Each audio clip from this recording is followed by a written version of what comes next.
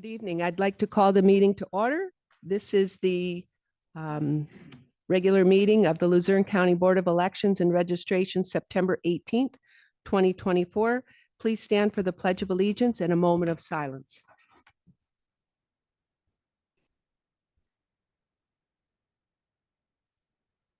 I pledge allegiance to the flag of the United States of America and to the republic for which it stands, one nation, under God, indivisible, with liberty and justice for all.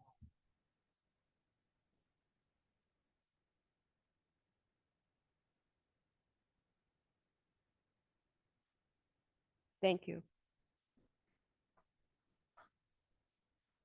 We'll have roll call. Ms. Fusaro? Here. Mr. Morelli? Here. Mr. Schlosser? Here. And Mr. Schramm? Here. Ms. Williams? Here. All present. Is there a motion to adopt the agenda? Moved by Mr. Morelli. Is there a second? Second. Okay. Second by Ms. Fusaro. All in favor, say aye. Aye. Aye. Aye. Abstentions? Opposition? None heard. The agenda is adopted. We'll now move into public comment on agenda items. This is an opportunity for members of the public to address the board on matters listed on the agenda. It's limited to 3 minutes and 1 comment time per person, please. We'll start with anyone who is in person.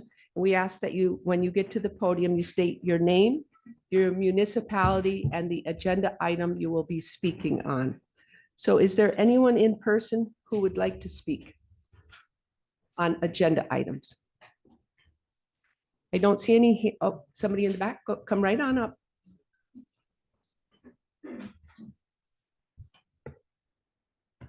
Could you please sign the sign-in sheet up on Sure. the front there?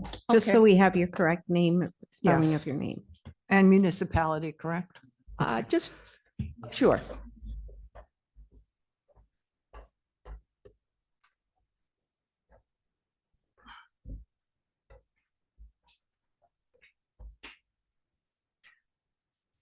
Hello. Okay, going forward, if you could please just set that piece of paper and pen on that table. And then if anybody speaks after you're done speaking. This one? just- Yeah, the one where you sign in. Anyone who's done speaking, if they could, after they speak, just sign that and that before they go back to their seat. Okay, so state your name, municipality, and the agenda item number you'd like to speak on.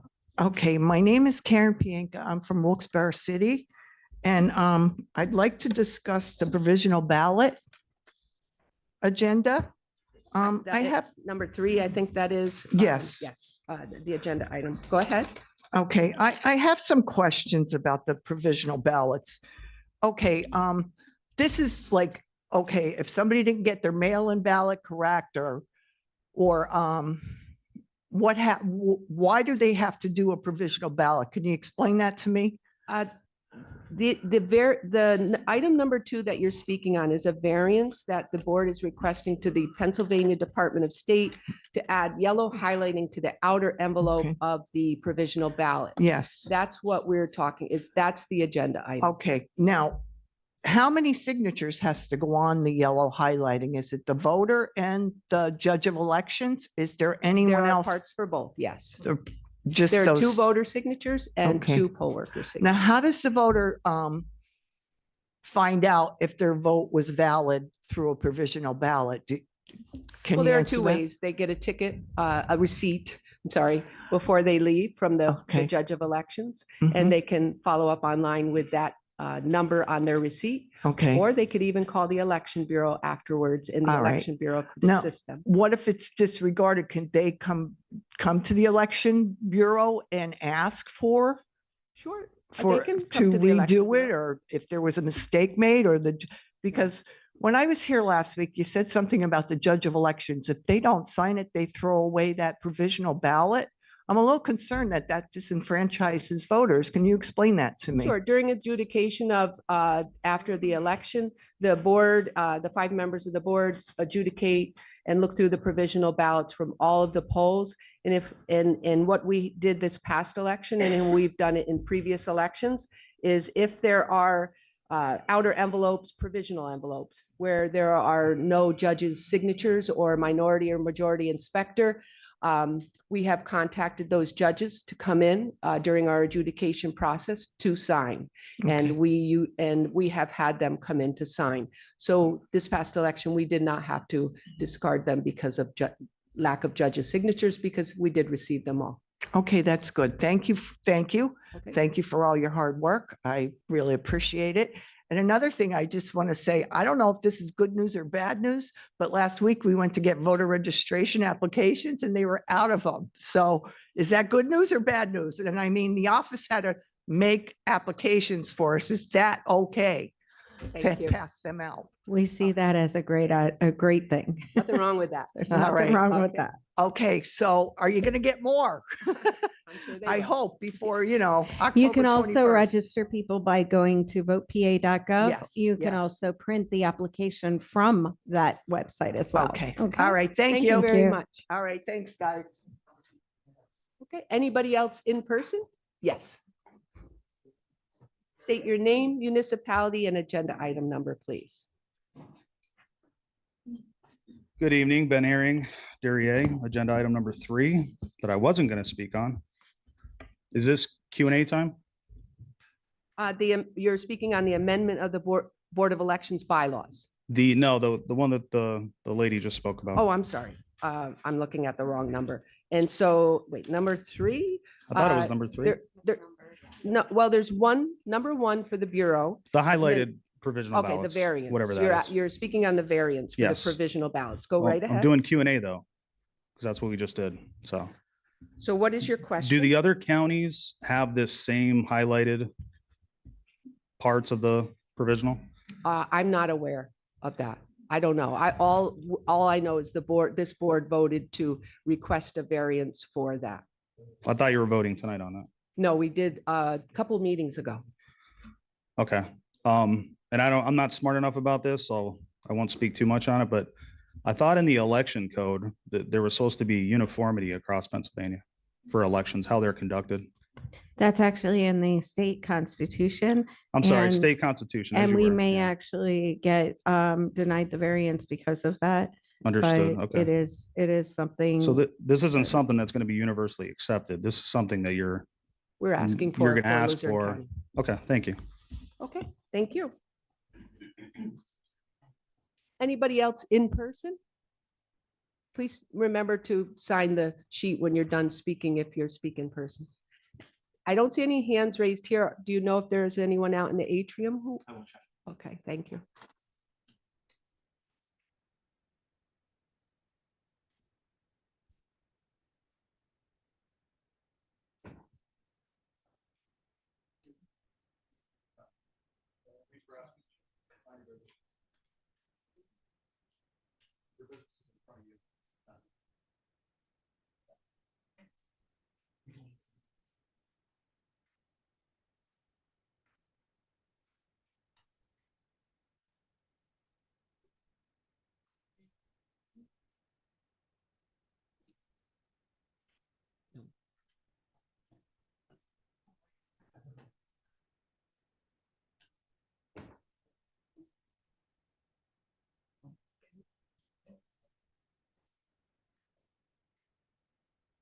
Okay.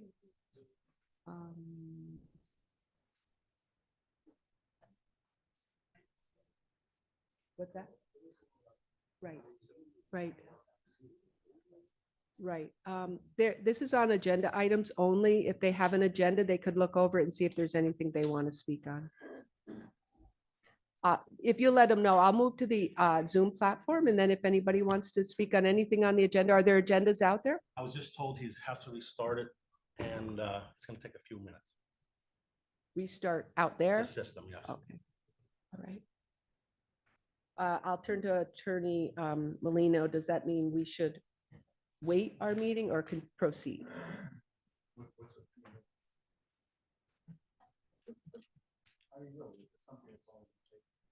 A minute or two, I'd say, let's wait, but Okay, we're, I don't think we should wait like 15 minutes, so. Did someone else raise their hand? Oh, well, maybe you can do another public comment. Somebody raised their hand. oh, okay. Just a quick point of order. We ran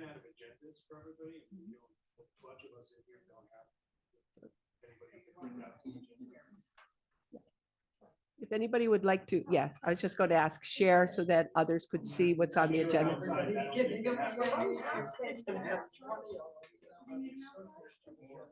They need a couple sheets outside. They ran out of sheets. Do you There's have no any sheets extras outside. over here? Yeah, yeah, if you'll just take it out and pass that.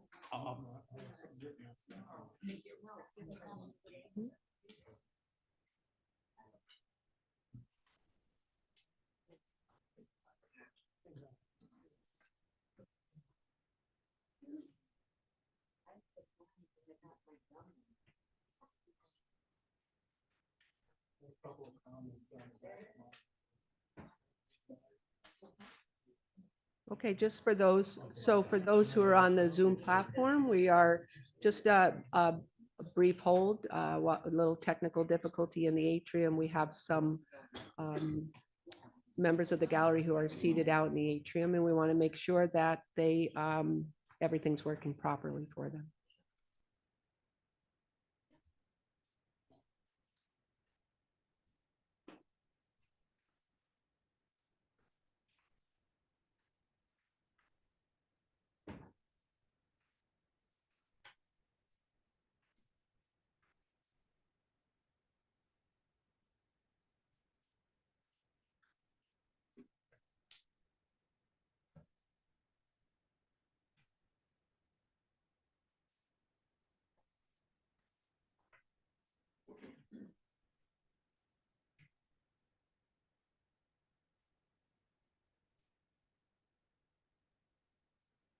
You, sir, I'm sorry. Do you know how many are, who are out there? How many people on speed? I don't know. About how many are out there? There's about 25 people out there. Oh. Let's see how many people want to I was speak. going to say if there were four, we have 4 chairs, but it's not going to work. No, okay.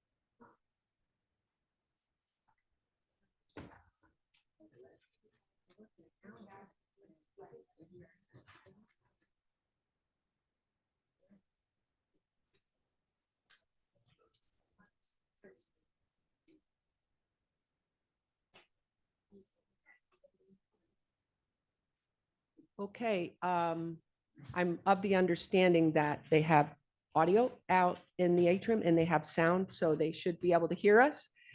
And I just really want to get confirmation of that first before we proceed. So if someone could come in from out in the atrium and just confirm that they can hear us from out there.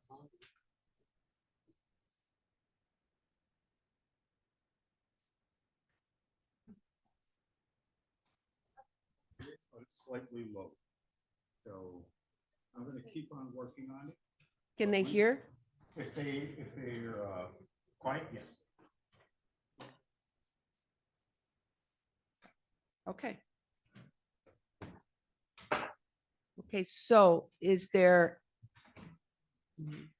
if there's anyone that's out there that would like to speak for the public comment on agenda items only, or anyone else here in person in this room, just please come in.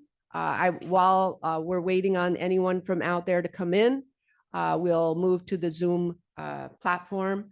And once we see somebody come in, then they could be next. So I do see a hand raised, Brianna Ribka. Hi. So go ahead, Brianna, and just state your name, your municipality, and the agenda item that you will be speaking on. My name is Brianna Ribka, Fairmont Township, and I do not have an agenda in front of me, but I wanted to speak on the ballot boxes removal. Okay, that is not on the agenda right now. But you can speak at the second public comment on that. Okay, thank you.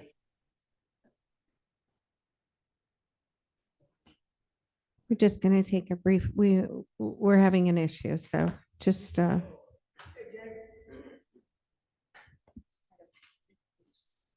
know if he's okay or not.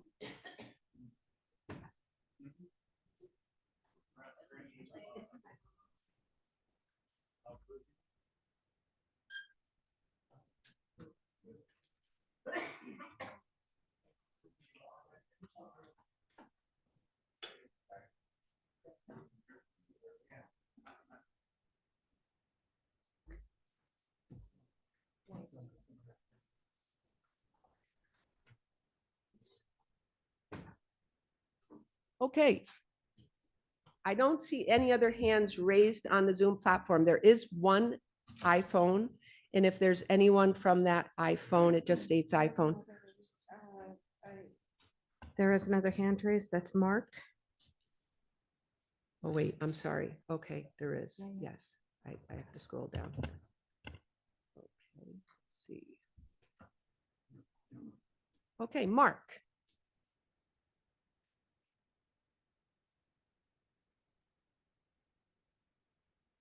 Mark, go right ahead on the Zoom platform. State your name, municipality, and the agenda item you'd like to speak on. Is Mark there?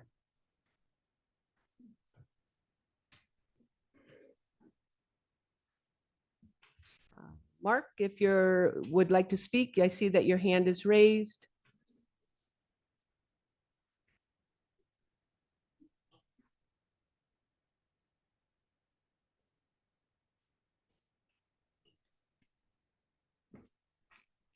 Okay, I don't see Mark speaking, so maybe that's just he has his hand raised by accident. Okay, wait. Madam Chair, can you hear me? Yes, go right ahead and state This your is- name, your municipality, and the agenda item that you'll be speaking on. This is Mark Rabo of Hazelton speaking. I would like to speak on agenda item number 1 as far as the announcement for the poll locations for the November Okay. election. I would like to know if there was announcements in Spanish, that would be dispersed to the wards, specifically in Hazelton's Ward 1, 2, and 5. Because during the primary election, as you said yourself, Madam Chair, before the primary, there was no announcements for the Hispanic-speaking community in Hazelton City in those wards. So I would like to know if that has been remedied for the November election, and if there's been any poll changes, specifically as it happened in 3 years in Ward 5.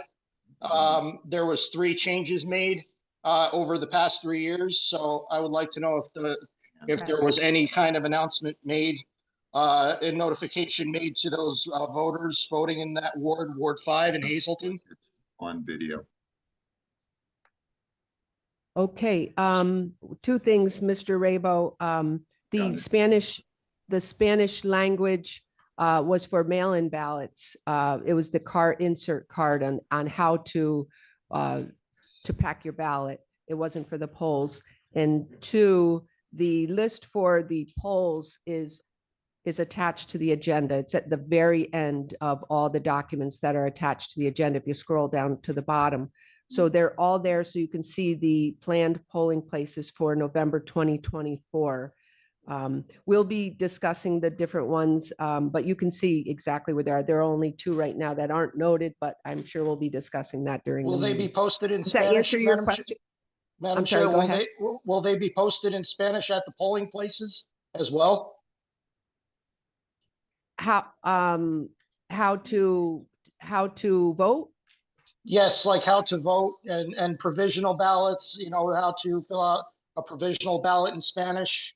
The instructions. The that back is. of the provisional ballot does have Spanish on it, yes. It has the English on the front and the Spanish on the back for the provisional ballots, yes. Okay, that is all I have, Madam Chair. Thank you. Okay, thank you. Okay, anybody else on the online or out in the atrium who would like to speak up? Who could hear out there?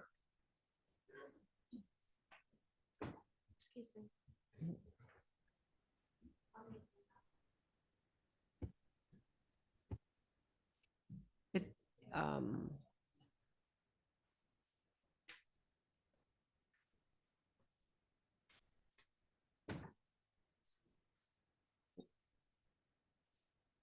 Manny, is there any way to turn up the volume at all out there?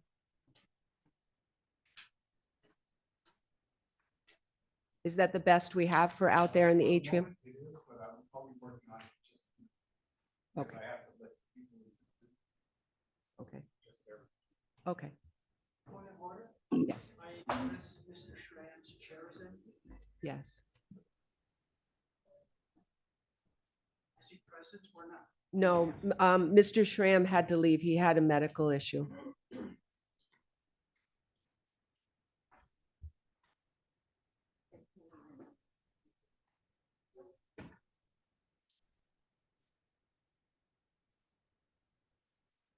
Okay, I'm going to give one more minute to try to resolve the issue with the sound out in the atrium.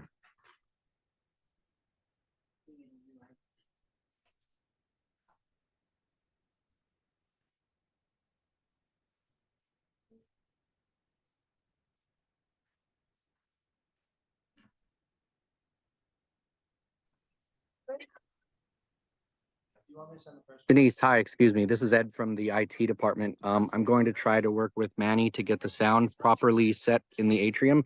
If you could just give me a few more minutes. Okay, thank you. Thank you very much.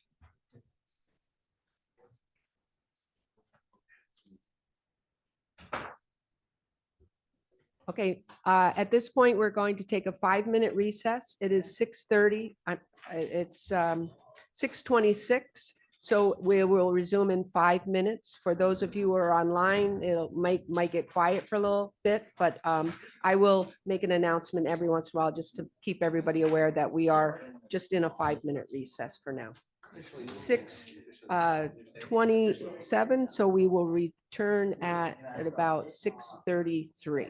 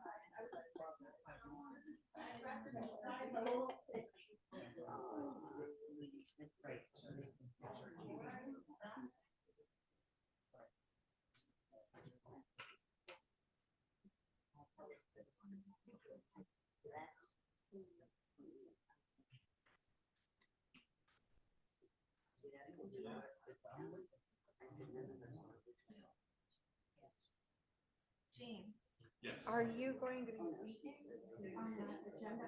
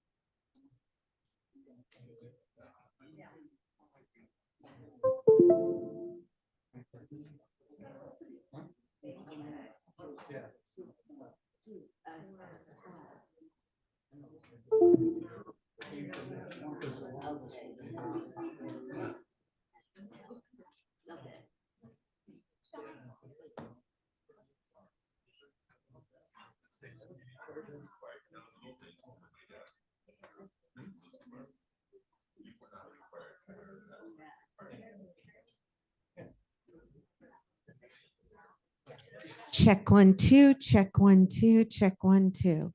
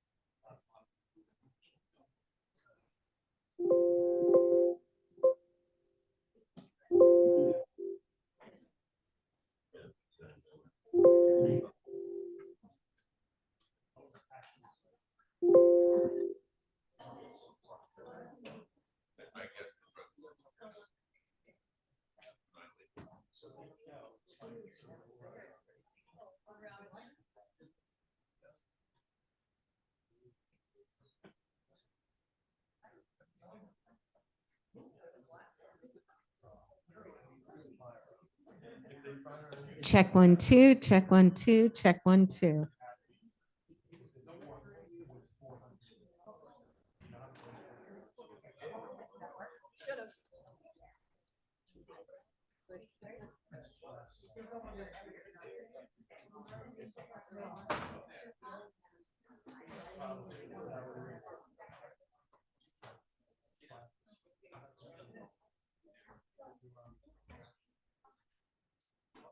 Okay, it's 6:35.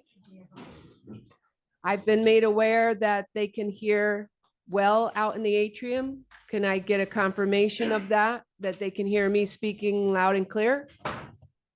If somebody could check with them, just give me a thumbs up. If it's coming across loud and clear.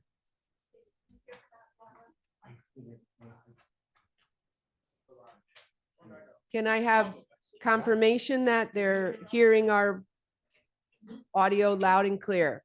Hold on one second. Okay. Could you give us a test? Test 1, 2, 1, 2, 3. Test, test, test.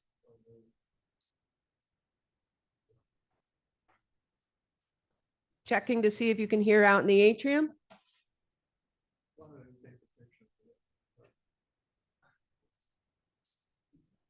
Test 1, 2, 3. No. Just a little bit now. Okay. Is it well enough for them to hear the meeting? Please check. Okay.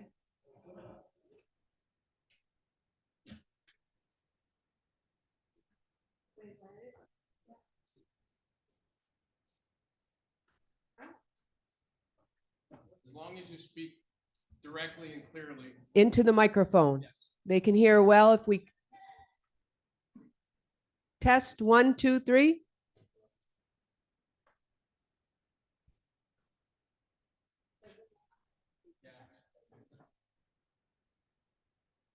Try it again, ma'am. Test 1, 2, 3. Can you hear me speaking out in the atrium? Yes or no? It's still not clear. Still not clear. I think we should invest in a sound bar for that TV out there. They can hear it slow. Okay, they can hear it, but it's a little low. So when we speak into the microphones, let's all speak as loudly as we can, whether we're at public comment or we're here at our microphones. So we'll do our best to speak as loudly as possible. We have gotten through the public comment portion of our meeting. There are no more hands up on the Zoom platform. And so we are going to now move into the next part. Oh, I'm sorry. I do have one public comment that was sent by email. Glad I make myself notes. This public comment is from Robin and Walter Cochan, Dallas Township. It's regarding the agenda item approval of the August 21st, 2024 minutes. When prior emailed commentary was not included in meeting minutes, the board chair's response in March 2024 was just to clarify. Summaries of public comments are recorded in the minutes. Emails sent are not attached to the minutes. Meetings are also recorded.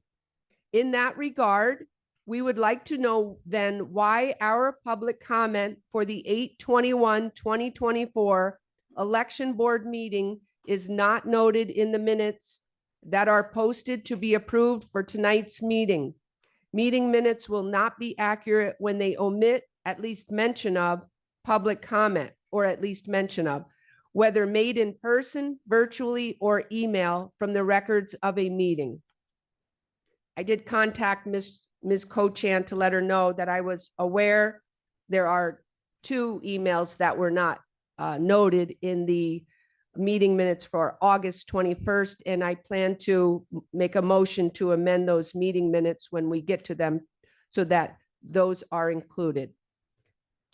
Okay, so that's the end of the public comment. We'll now move into approval of meeting minutes. And we had several different meeting minutes attached to the agenda. There was the May 12th, 2024 special meeting, pages 3 through 4. June 12th, 2024 regular meeting, pages 5 through 9. July 12th, 2025 special meeting, pages 9 through 11. And the August 21st, 2024 regular meeting, pages 11 through 18. I'm going to start by making a motion to amend the August 21st regular meeting minutes to include 2 missed public comments under non-agenda item public comment. Robin and Walter Cochan, Dallas Township, expressed a concern about the drop boxes, and Denise Davis, Black Creek Township, expressed a concern about the voter rolls in her email. Both were emails. Are there any other amendments to these meeting minutes? You want to handle that one first? Because I'll second your motion. Well, if there aren't any other amendments to any Yeah, of the there other ones, are. we could just do it as a group. There are. Okay, are there any other amendments to the August 21st, 2024 regular meeting? No, not that I know. Okay, I'll make a motion to approve the August 21st, 2024 regular meeting minutes with those two amendments. Is there a second? Second. Seconded by Mr. Morelli. All in favor, say aye. Aye. Aye. Abstentions? Opposition? None noted. The August 21st amended 2024 regular meeting minutes will be, have been accepted, and I will add that in, Mr. Hahn, so you don't have to worry about that. Okay. Are there any other amendments to any of those other meeting minutes? Give me 1 second here.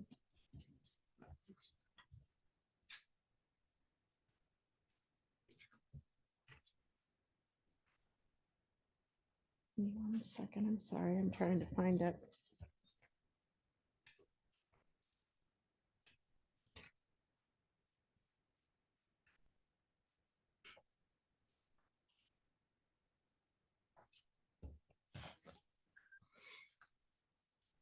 The There were two. You had the May 12th and the July 12th. July 12th. The July 12th one. Where is that? What page is that? 9.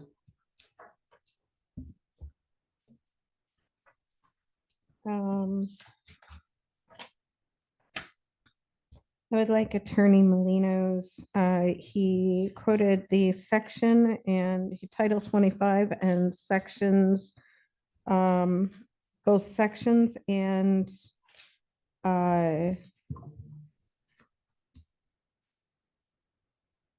he quoted the law, and I would like that actual segment put in.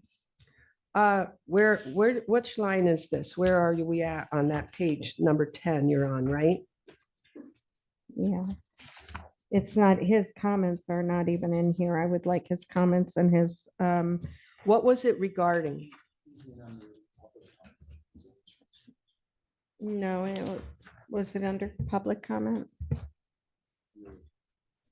Hold on, I'll find out. I actually did type these, so. What page? Oh, yeah, it is on page 9, Solicitor Molino. It's the paragraph next to the bottom. Yes.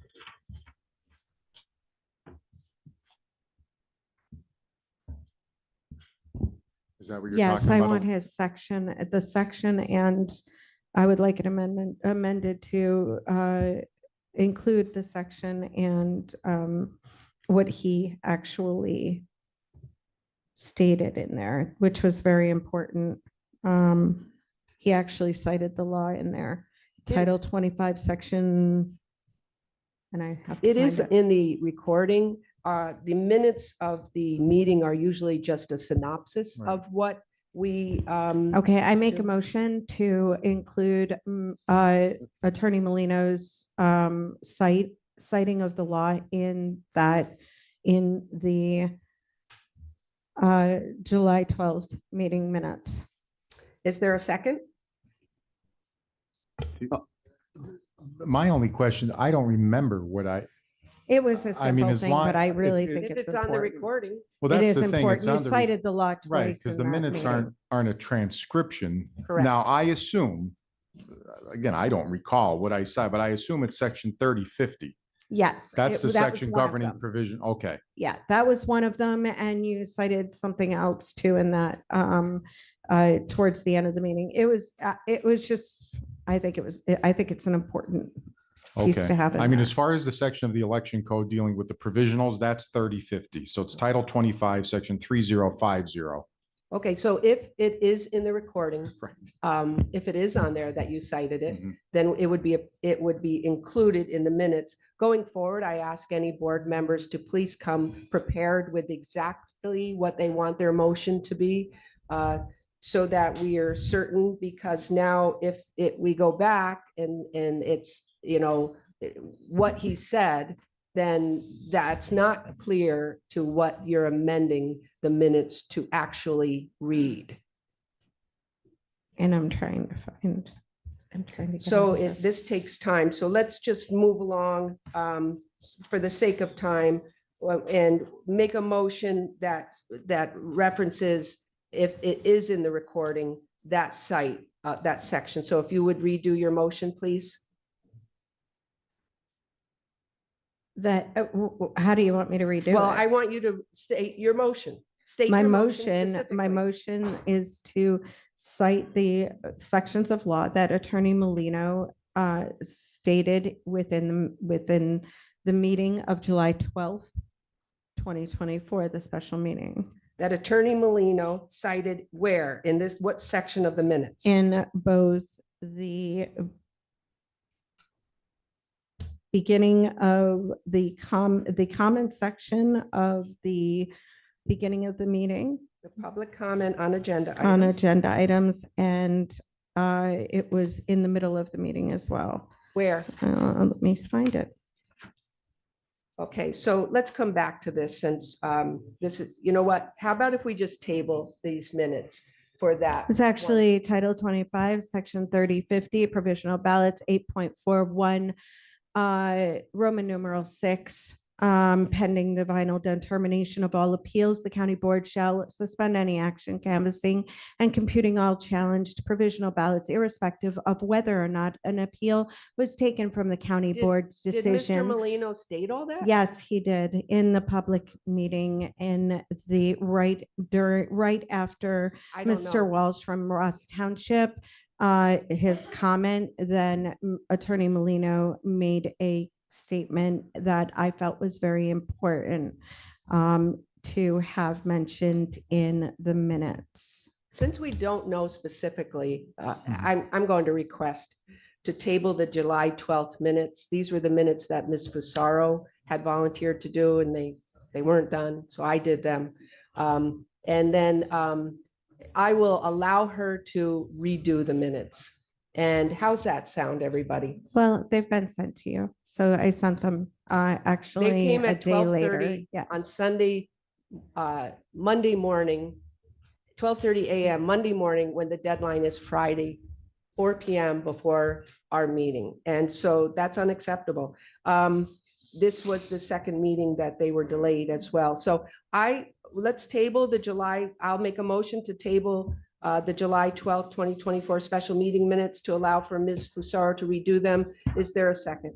I'll second it. Seconded by Rick? Mr. Schlosser. All in favor, say aye. Aye. Aye. Okay, well, now we're going to move to any amendments for any of the other meeting minutes, May 12th or June 12th.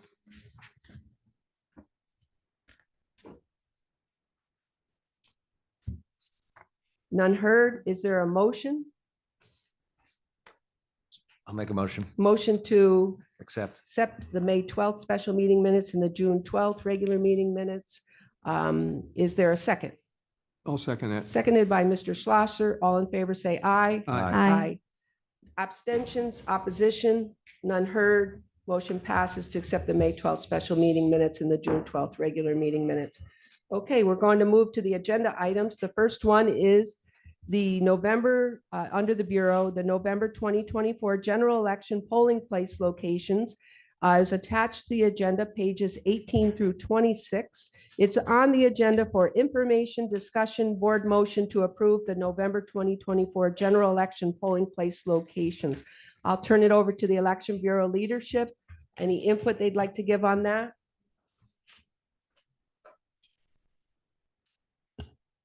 Sure. So we submitted the list of the polling locations, including several changes due to necessity. Honestly, it was an unavoidable series of changes. So I'll just run down the list. All of the other polling locations that I am not mentioning will remain the same. After the board votes on approval of polling locations, if that happens tonight, we will post the updated polling location list tomorrow with highlights on the locations that have been changed. And voters in impacted precincts will receive new ID cards. Those could go out tomorrow as well with the updated polling location. So they would have those in the next 7 to 10 days, depending on their mail service. All right. Let me run down the list. Well, we have the list. We received it 2 days ago. Yes, We I'm- have the list and received it, so you don't have to read down. I all would of them. like to hear the list of the changed locations, if you don't Oh, mind. okay. Yeah. Oh, I thought you were Yeah. gonna read them all. No, I will spare you Thank you. 20 minutes of me reading Thank you. 186 polling locations and their addresses. So Pittston City, wards 2 and 3 will move to St. Joseph Morello Church. That's on William Street in Pittston.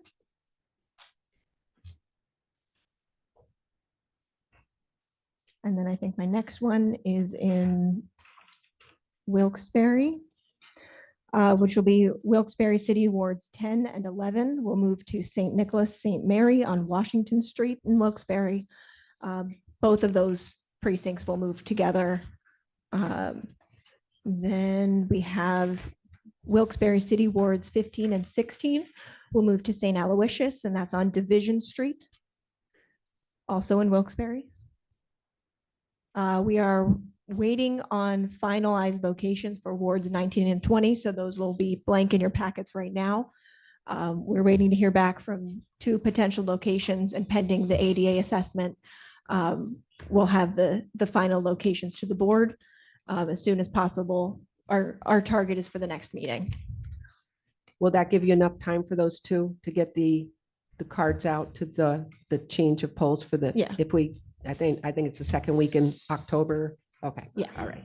And then you have Wright Township. Right? And we have Wright Township, 1 and, yep, Wright Township, wards 1 and 2 will be moving to the municipal building. Wright Township Ward 2 is in the municipal magistrate's office. That's the same building. It's just in a different room. And there were arrangements made to have the magistrate out of that room for the election period. Now, to make clear for the public, these are all ADA compliant. They are, yes. Okay. Were there any changes in the Hazelton area? I at don't all? believe so. We haven't made any changes unless I have listed Only because it was mentioned. That's Right. the only reason Yeah. I'm asking. anything outside of the locations that I specifically mentioned just now will remain in the same location it was for the primary election. Okay, thank you. Any questions from anything from any of the board members? Okay, is there a motion to approve? Motion. Motion made by Ms. Fasaro, Second. seconded by Mr. Morelli. All in favor, say aye. Aye. Any abstentions? Opposition?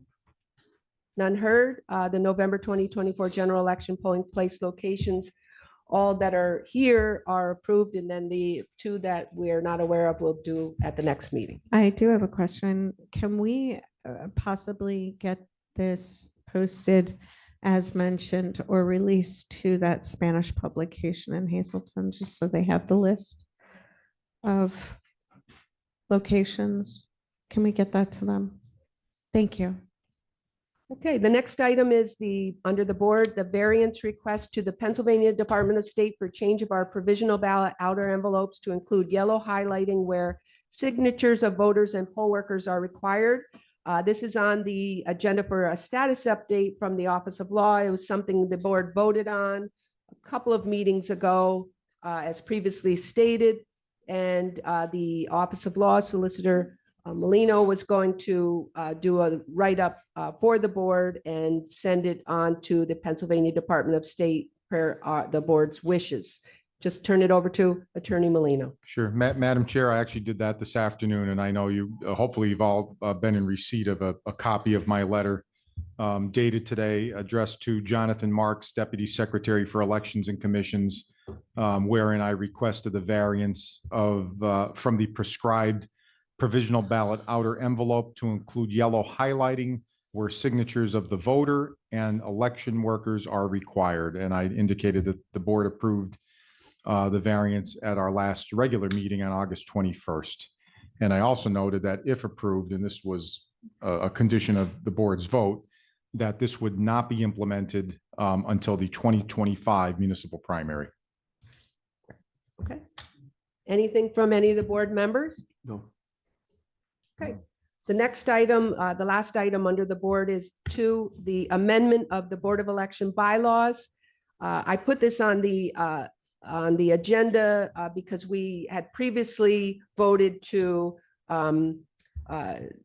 change who does our minutes from a secretary to our board clerk, Mr. Hahn, and he has been doing the meeting minutes now. So our bylaws have, and so under the officer section of the bylaws, the motion that I have is to amend the bylaws from the secretary takes the meeting minutes, sees to the posting of the audio meetings, and can perform the duties of the chair in the absence of the chair, to the clerk to the election board takes the meeting minutes and sees to the posting of the audio meetings. So moved.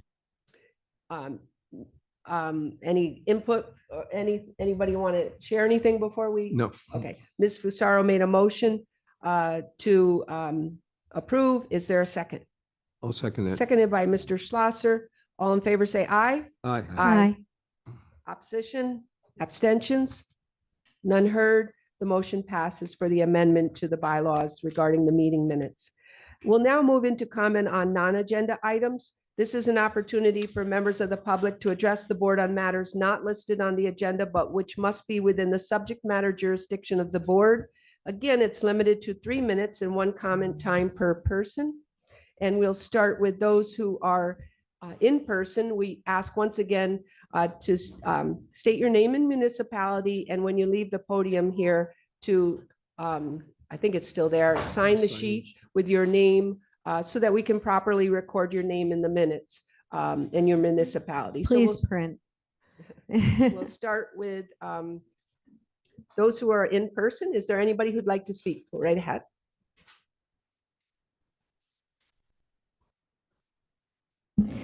Good evening, everybody. Deborah Jordan from Sugarloaf Township. So I'd just like to start off with a thank you to the board for your extremely hard and tedious work. I appreciate it very much, and so do the constituents of Luzerne County. What I'm going to say tonight is an offer to help. So I don't want anybody to think anything I say is condemning, accusing, or anything. But I'm going to read from some statutes from our Title 25, Act 77, and Act 88. I know the board is well aware. Mostly this is for the public's benefit. So, and my topic relates to the registrations that there are backlog of. So just some key talking points. Funding. So source of funding, this comes from section 1206 of Title 25. Commission may accept and use in the performance of its duties funds received from the federal government, the Commonwealth, or any other source. A commission may appoint assistants and employees as necessary to carry out the duties of the registrars and inspectors. Section 602 of Act 88 F-9 specifically says costs of County Board of Election duties related to processing of voter registration applications. So I know you guys are having a little bit of a problem with that. And I would just like to say that I would recommend, not recommend, but just suggest, utilize that. If you could, or if you foresee a problem happening, try to hire people. I myself, I would fill out an application right now, as would a few people in the audience. So don't stick yourselves in a situation where, there's funds available and it's allowed in the code to do so. I'd also like to say that the next two things kind of tie in together. Section 1328 says that approval of registration applications. Upon receiving a voter registration application, a commissioner, clerk, or registrar shall, the number one thing, initial and date the receipt of the application. So this leads me to believe that there should be an account somewhere of the amount of registrations that has been received to Luzerne County in the past few days. I know, like I said, this backlog, and I personally would like to know how many are backlogged. So being that section 381328 says that the first thing you need to do is initial and date. So I would hope that going forward, we could get something pertaining to the actual numbers. So like I said, that and the next topic are tied together. Section 1207 of Title 25 specifically relates to open records and documents. The following documents under Please the wrap part it up. are Your open to time is public up. inspection. So in other words, the open records allow for official voter registration applications to be viewed by the public. Okay. Thank you guys Thank you. very much. Quick question, if I may. You mentioned that we were having problems. Can you tell me where you got that information from? No. Okay.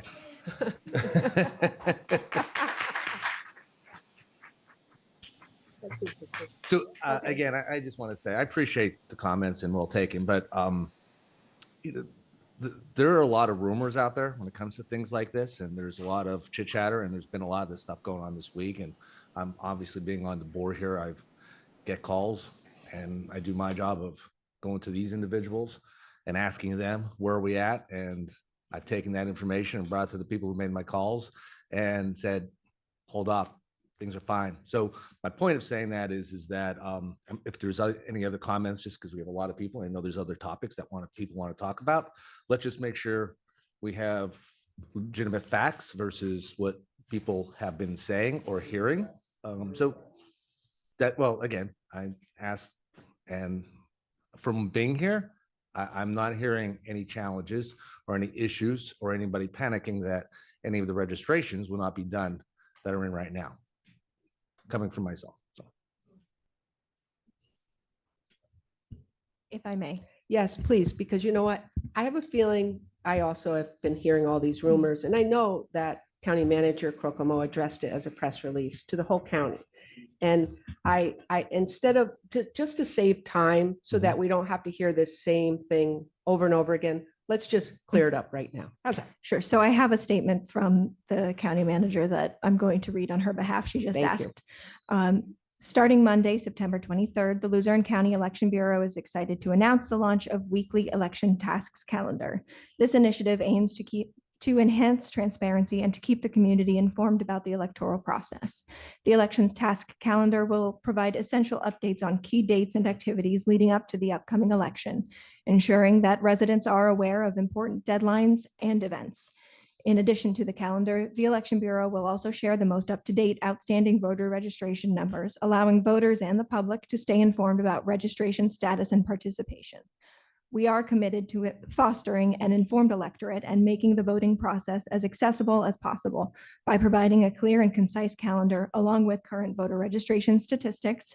We hope to encourage and to engage our community and encourage active participation in the electoral process.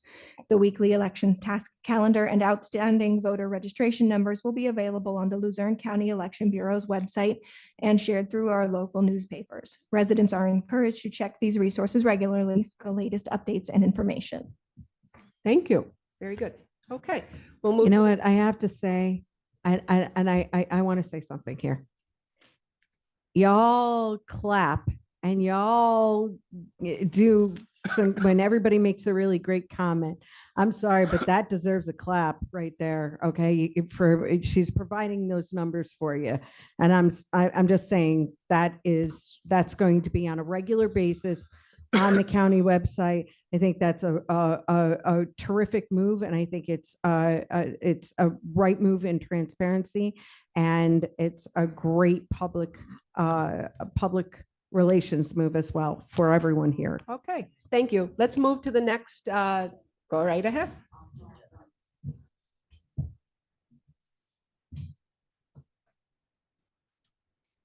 Good evening, Ben Herring, Duryea.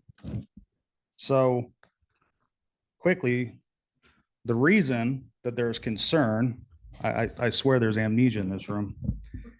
In 2022, we had what was known as Papergate. Okay, we came here a few days after 48 precincts ran out of paper, which is unfathomable on election day. And we asked questions, not like the Q&A you saw earlier tonight. We actually asked real meaningful questions and none of them were answered. I submitted a right to know 3 or 4 days later, which is still tied up in court to this day. And that's from November 2022. Mr. Pressler, who's here tonight, has almost 2 million followers on social media. Perhaps that's why this task force is starting. I'm just guessing. If it wasn't for that, would we still be in the same boat we're in? I do appreciate what the manager is doing, but to sit up there as a board and pretend like you don't know why rumors are circulating and you don't know why this is happening, look back to the history of 2 years ago. I still don't have any answers from the chair or from anybody on the board as to what happened in Papergate. Sure, the DA released the report. There's still reports from 3 years ago that we don't know about military ballots thrown away in the trash. Furthermore, Mr. Pressler also sent a letter to this board in front of us tonight asking questions about illegal immigrants in elections. I don't believe that's been answered either.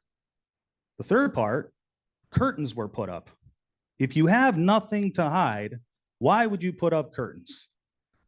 So we sit here today with a forgetful attitude of, man, these rumors are really crappy for this board and we're really upset because you're making our election bureau look bad. No, we're not. We've continuously commended them for their work. But when you go and you put up curtains and you do stuff like that, you wonder why we're here tonight. And I hope you hear it from every single person here, because my last comment's this.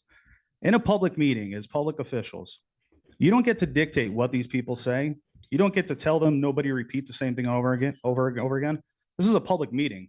If we want to criticize you for the next 2 hours, you're going to sit here and listen to it. Thank you. Thank you. I do want to clarify. That the Board of Elections has not received any email from Mr. Scott Pressler that I just did a search just to make sure I did not mistakenly pass by some email that you sent us, but I did not receive one. So I'm just. No, you can have a public comment time. Oh, no, I'm sorry, you can't because you're not from Luzerne County, right? Are you from Luzerne County? For Jenkins Township in Luzerne County, Pennsylvania. Oh, okay. Well, if you want to sign up for public comment, you can do that. And I'm not sure if a leasing, I think you have to own property in, we talked about this. Excuse me, I'm speaking to the attorney. We've gone down this road multiple times on who can provide public comment. And the last I heard both times was you have to own county or be a paying taxpayer in Luzerne County to provide public comment during our Board of Election meetings. If he's a lessee or what, a renter, are you saying you live here and rent something? I don't know. I am a leasee of Jenkins Township in Luzerne County, Pennsylvania. I'm happy to provide documentation. I don't need to see anything. I mean, I think that's sufficient. I mean, you certainly don't have to be a property owner. No? No. That was what I thought the understanding was. I rent. Well, yeah. I'm just saying I rent. Well, So that's I'm the not, I don't own example, any right? property. Right. You Yeah. don't have to be a You property don't have to be a owner. taxpayer of Luzerne County to provide public comment during our board Well, meeting. you should, but I mean, if he's a lessee, I don't know what he's leasing, but is he So leasing he's it? not a Is he resident. leasing in Is he a house or an resident of apartment? Luzerne Well, County? I think that's the key. Are you a resident? Yes. Are you a resident of Luzerne County? Yes. Yeah, no, I Excuse me? think that's the key. Are you a resident of Right, Luzerne right. County? Yeah, In order to right. provide public comment, I believe we've talked about this, that Right. there is a requirement to be a resident. Right. of the Well, that's county. different. No, that's different than property owner. That's all I was saying. Are you Well, a- what determines residency? living? Yeah, like that's, I don't know what he's saying he's leasing. Is he leasing a house? I don't know what he's, I don't know. Okay. So- Okay, we'll move to the next person who hasn't spoken, who would like to speak. Raise your hand. In person? Anybody in person? Go right ahead. State your name and your municipality, please. And please state your municipality and name. Scott Pressler, Jenkins Township, Luzerne County, Pennsylvania. I delivered a letter to the Luzerne County Board of Elections on August 16th of 2024 concerning A, can you, the Luzerne County Board of Elections, with certainty tell us that not a single illegal alien, AKA non-citizen, is registered to vote on the voter rolls, whether inactive or inactive in Luzerne County? May I get an on-the-record statement? Well, we've addressed this at probably two of our last, out of our last 4 or 5 meetings. And Ms. Cook has addressed that. And on more than one occasion, we've had the same question. And so you certainly can look back through the recordings to hear that. Also, you can go to the Department of State. It's linked on our website that talks about this specific question that you have. I was just looking at it the other day. Well, with It's linked respect, on the my time is Election Bureau. continuing, so I just want to say on the record, the Luzerne County Board of Elections will not tell us definitively yes or no whether illegal aliens are registered to vote. I'm going to continue. I'm here because in 2022 on Election Day, your county ran out of paper on Election Our Day. county. Yes, Luzerne County, Pennsylvania ran out of paper ballots on Election Day. And I'm here also because there has been a reliable source that has said your county is backlogged by the thousands of voter registration applications and mail-in ballots. And I'm on here on behalf of 2 million people because this is disenfranchising voters that A, need to get registered to vote at their current address, and B, mail-in ballots are going out. If people are living in Florida and you are backlogged to the point that October 29th comes and mail-in ballots are sent by November 2nd, those mail-in ballots may not get here by November 5th at 8 p.m. Eastern time zone. I'm here to stand up for the people and make sure that your county government is not disenfranchising voters, and we deserve answers. And I look forward to hearing from your director about that backlog. And we expect to see that number dwindle from the thousands that my reliable sources told me. And I thank you very much for the time and the opportunity to speak from Jenkins Township, Luzerne County, Pennsylvania. Okay, I do want to make a statement here, just so you're aware. There is a difference between the Board of Elections and the Bureau of Elections. So when you drop off something at the Bureau, it may not always get to the board unless it is addressed to the board, okay? They will make sure that we get it if it is addressed to the Board of Elections. And the good news is, according to the county manager and the director of elections, Emily Cook, that number will be a running number on the Luzerne County website, of which everyone will know how many applications are pending, how many for those numbers will be public. So that's good news. Yeah. So thank you. I don't think we need to repeat that anymore. And can I just ask a question, Emily, if you may, in general, do you have any concern as of today with the registrations that are in, that they, and maybe you could quickly just explain the process that just goes through, not Luzerne County, but wherever, them being done by the time of election? But do you have any concern as of today? As of today, no, I do not have any concerns. We are processing applications. We're caught up to the last week as of the last time I checked. So I'd imagine that no applications came in since before that last week. That would be quite a spectacular feat of time travel.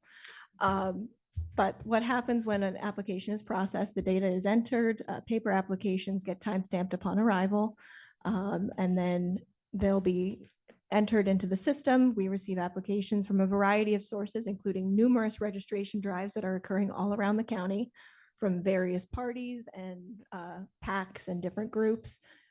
Everybody's doing their own voter registration drives, which is wonderful to see that there are so many voters registering or changing addresses, things like that, making sure that their information is accurate in our system. We also receive applications through the Department of Transportation and the Department of State's website directly.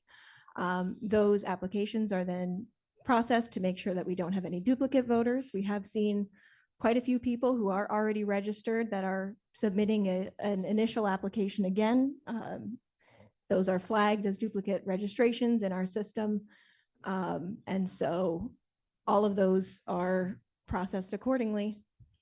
And is it fair to say, if I'm not correct, so the last date to register is October 21st? Correct. State. And so it's also fair to say to the public, so for knowledge, that if you're going to register and you're getting close to that date, that's where the challenges could be of getting someone registered because of the process. Is that a first? My point is that people need to get them in time and have some leeway. Right, Because I'm absolutely. just trying to help the having a- public know, Yeah. in fact, don't wait till the end. Is that a fair statement? Absolutely. Waiting until the last minute is never a best practice in terms of anything, in terms of applying for your voter registration, applying for your license, or filing any kind of paperwork with the bank. You don't want to wait until the last second to do things. That was one thing that I learned in high school. Make sure you get everything in early or on time to make sure that everything is processed according to the law. And in a timely fashion. The sooner you get your registration into us, the sooner we can get it processed for you. Thank you. Thank you. Thank you, Madam Chair. Thank you. I'm sorry. You said about duplicate registration. It is still- that one part. I'm sorry, I just didn't hear you. Sure. So we've been receiving a number of applications from a variety of sources that include people who have already registered to vote that are either unaware that they are currently registered, they think they've been canceled, or they're submitting a duplicate application. Those all get flagged in our system to prevent multiple people with the same registration. Mhm. Thank you. Okay, is there anybody else in person who would like to speak? Just raise your hand. Bob Caruso, I'm Wilkes-Barre sorry. City. Okay. Yeah, we've done that before. too. Sorry. Go ahead, Mr. Yeah, Caruso. I'd like to tell everyone here, accusations are easy, rumors are easy. If anyone knows anything about anyone voting illegally, every district attorney in America is ready to hear what you have to say. Every fact, everything you know, please go to the district attorney and tell him that 9 o'clock tomorrow morning, whatever information you have. Accusations are very easy. Thank you very much, Mr. Caruso. Next. If I remember, Joe Grantede, Plains Township. If I remember correctly, there were 4 ballots in the last adjudication that are suspect and have not been investigated, which debunks what he just said. They don't get investigated by the district attorney. And I'd like to know what would be needed to put in place a requirement for first-time Luzerne County voters to vote in person. That's a concern of mine, that we have thousands of people who have never showed their face at a poll. And we're supposed to accept the fact that they're all legal voters. And what would be needed to put that in place? The state legislature would have to pass a bill and make it a law. Who? The state legislature would Actually, I have to can pass a answer bill and that. make it a law. In the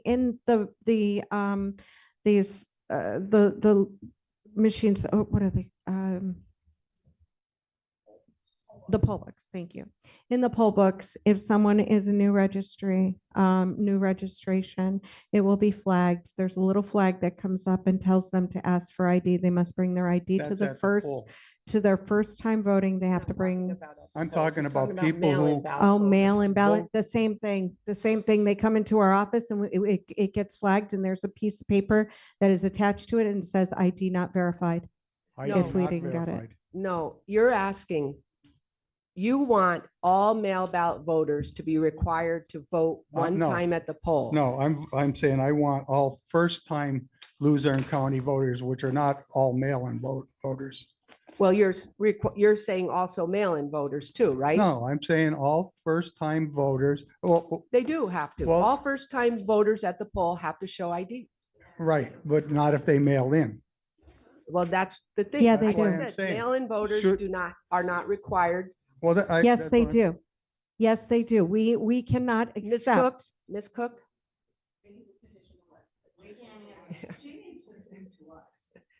If you want the mail-in voters to first time to go to the poll to vote for their very first time, that would be a legislative law that would have to be passed because that is not in the law, Act 77, for mail-in voters. Okay. That is not something the Board of Elections can do. I'm just asking what would need to be done to do So that. speak to your Because I feel legislature. uncomfortable knowing there's all these people out there who are sending ballots in, and we've never seen them. Okay. All right. And go ahead. I'm going to give you one more minute, even though that got a little long, but we added discussion. So I'm going to add back. I'd like to know why the election officers have no interest in investigating the 4 ballots that were thrown out during adjudication. This is the 4th time I brought it up at county meetings. And I'm wondering, do you find anything suspicious about somebody dropping off 4 ballots in a drop box that were witnessed by the same person and not signed by the voter? I'm wondering if you guys find anything suspicious about that. Mr. Grantee, do you know if, did the district attorney review that at all? Do you know? I don't know, because he's not interested, apparently. I'd like to get him here to address it, because Before saying he's not interested, I don't think it was actually brought to his attention. So maybe this is something that we can possibly add to next agenda. I will look into it and petition the rest of the board to add it to the next agenda so Yeah. that we can talk Thank about you, it, thank okay? you. That's why I keep Thank bringing you. it up. Thank you. Thank you very much. Okay, is there anybody else in? State your name and your municipality, Matthew please.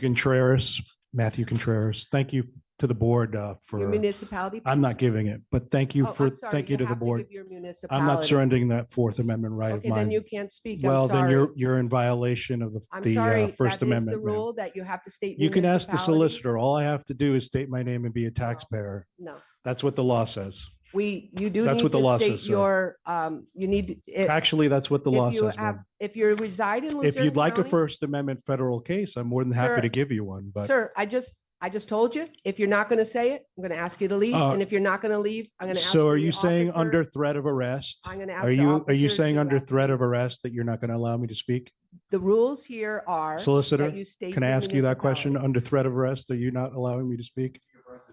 Okay, so it said, the law says I have to be a taxpayer. Does this county accept federal and state funding? It does, and I'm a taxpayer of this county. So. Well, I'm just letting you know, the law says taxpayer, of which I am, a taxpayer of the Commonwealth and also a taxpayer Please of the state your treasury. municipality. So I just told you. So, and as well, solicitor, so you know, in your, and this is important, I was almost arrested in your county office, in the election office, because you had a sheriff posted last week, and you're going to tell me that I'm not allowed to bring that comment to the board in public? That's ridiculous. So understand that the law says you have to be a taxpayer, and so I am. And I'm here to tell the board important information, of which Mr. Pressler and I both delivered you a that letter to taxpayer? that gentleman Sir, right there. Sir. And the board should Mr. have received that letter Contreras, because we Are you a delivered that to taxpayer the in board and Luzerne County? specifically asked the board receive that letter. So I just want to make it very clear that Mr. Pressler and I delivered to that gentleman sitting right there taking notes and asked him to give it to the director as well as to the rest of the board, that request on the illegal aliens. On top of that, I'd also like to inform the board that you have an illegal sign in the election office that's stating that you cannot photograph or record in a public lobby in Luzerne, in the Luzerne County Board of Elections, which is absolutely unconstitutional. You posted a deputy, which is fine to post a deputy for safety. However, there's no statute attached to that piece of paper that says no photography and no videography. And there's no code attached to it because it's absolutely unconstitutional to have that sign there. So respectfully, I'm asking the board to remove those signs because it is our right, a First Amendment right, to record and to take photographs in a public funded lobby of the Board of Elections. So I'd respectfully ask you to do that. And I'd like an answer to why you're telling the director and the people that work in that office that people cannot film or take video in that office. It's ridiculous. Thank And you. Your last time is point, up. my last point, this is Your time important. is up, This is sir. important, ma'am, quickly. The registrations, there are 10 2 seconds. points to the registrations. When somebody sends in a registration, they can be requesting a mail-in ballot as well. Now, they may be previously registered. That doesn't mean that they wouldn't fill out the form and request a mail-in. Thank you And very so, much. and I can show you evidence, have the sir, next- board member, Sir, there's evidence. we'll I have can the show you next that the public backlog comment, is in the please. thousands. would Thank We'll you. have the next respectful. public comment, please. Okay, who's next? Next public comment? Anybody else? Nina Roper, Kingston Township. I'm sorry, we can't hear you. Nina, can you put your, Nina Roper, Kingston and before Township. you speak, everybody can, whoever spoke, can you please make sure to sign this paper Okay, on this we've already table? said that 2 times. We don't need to say it anymore. Let's move along. Maybe I missed something, but it's been brought up about possibly hiring people. Now, if all this is supposed to be taking place, did I miss it that if you should get backlogged, will you hire people to help? We've already discussed the answer to this question multiple times. We don't Well- need to discuss it any further. Well, right now, I know you said that And everything's I'll say great. that I personally spoke with Romelda, the county manager, and they do have other people in the county who are working in the office, and she has stated many times that she will get whatever it takes to make sure we have what we need. Okay, And she- thank you. And she did put that out in her press release as well. And I can confirm that as well. I spoke to the director earlier this week and she did say that she did have help from all over the other county offices. So. Thank you. Next, anybody else in person? Okay. Hi, Desiree Edwards, Swearsville. Okay. I had a girlfriend go to the election bureau to change her name on her voter registration. She was specifically told, we don't have time for that. Second, I had a friend that went to the DMV in Hanover, told me the place was packed with immigrants, with papers, with mediators with them. So how do we know that a voter registration button is not being clicked for them when they're at the DMV getting their free driver's license? I mean, we don't know if that button is not or is being clicked. So I just wanted to put that out there. Thank you very much. Anybody else in person? Yes, hands up. Go ahead. Hello, my name is Tammy Helena. I live in Wyoming, Luzerne County. So I can corroborate what Desiree was saying about the DMV. I was at the Hanover one as well, and it was primarily loaded with illegal aliens, and they are illegal here. I'm sorry, but they are. Anyway, they are. Anyway, but the thing of it is, did I say something wrong? No. Okay, Go. I just kind Well- of saw well, your face. Personally, I mean, you know that for a fact, but go ahead. Well, they also had people there who were also interpreting for them. And yes, maybe not all of them were illegal, but the problem is I'm concerned about the ones who are illegal and are they voting? Because when you go to vote, they will not take your ID. I've even done that and asked them. I said, you want to see my ID? They don't want to see it. So how do we know? And I'm concerned about that too, because I care about fair elections, no matter which side you're on. We talked about that earlier. There are many checks and balances for this. We talked about it at 2 recent meetings at length. It's go to the Pennsylvania Department of State website. It's linked on our website on the Election Bureau page. Questions specifically about that, facts, FAQs. And you can read a lot about that on the Pennsylvania Department website. They share information about the DMV, people, how you can register to vote, what the checks and balances are. How So long do they I have to? hope that, that clears that up, because that question keeps coming up tonight, and just to It save some doesn't time. really though, honestly. How long do they have to be here for them to be able to vote? Again, go check that Pennsylvania Department website. I think you'll find it very helpful. Anything else? And next one? Yes, I see a hand up.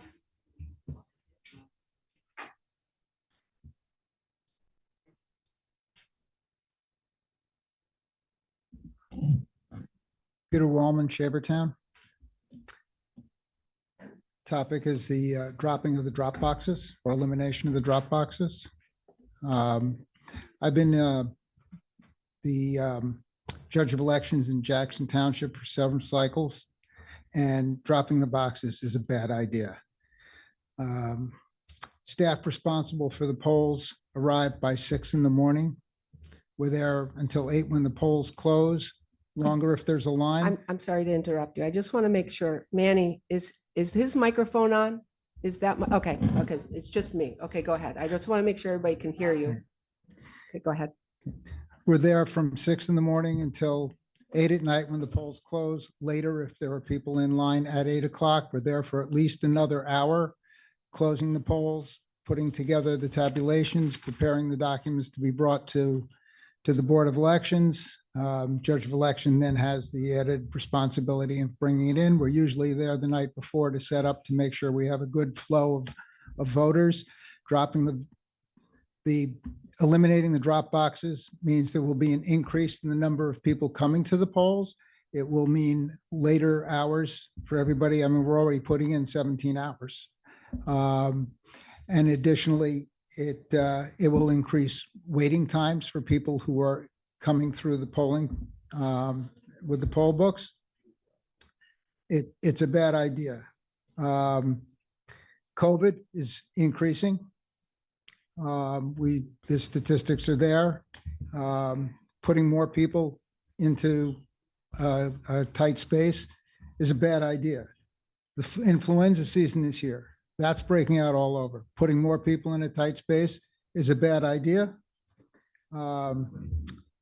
And many of the poll workers use the drop boxes, which allows us to focus on the voters. So if there are things such as provisional ballots, which we have to be careful where we sign, it takes away time from that if we have to vote when we're there. And also, at this point, my understanding is that firearms are allowed to be brought in to the polling places. That's a really bad idea. As the elections become more and more fraught, the danger to fellow voters and to the poll workers is really a bad idea.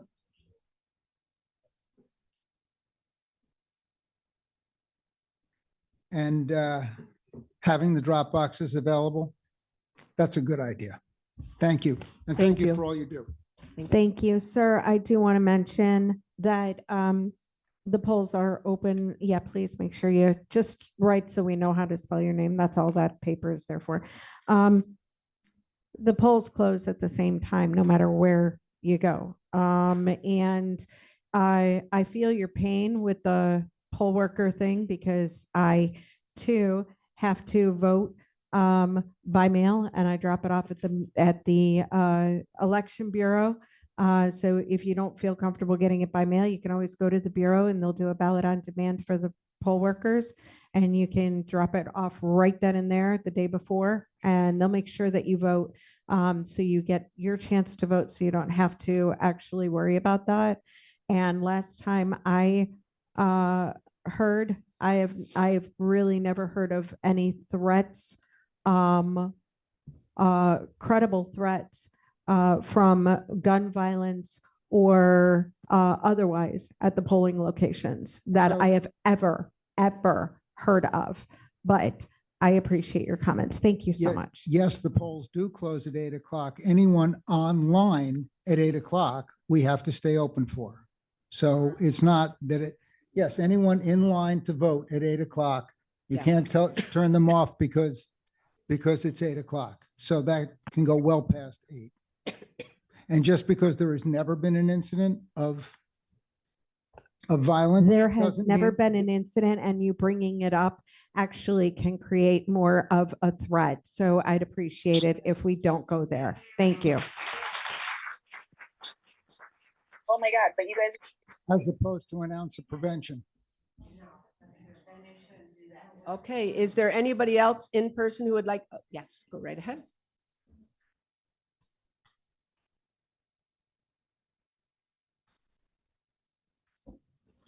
Audrey Cernet, Plains Township. Thank you. I'm very disappointed in the county manager's decision to eliminate drop boxes for the coming election. They're safe, they're secure, they allow for timely receipt of a voter's ballot by election day.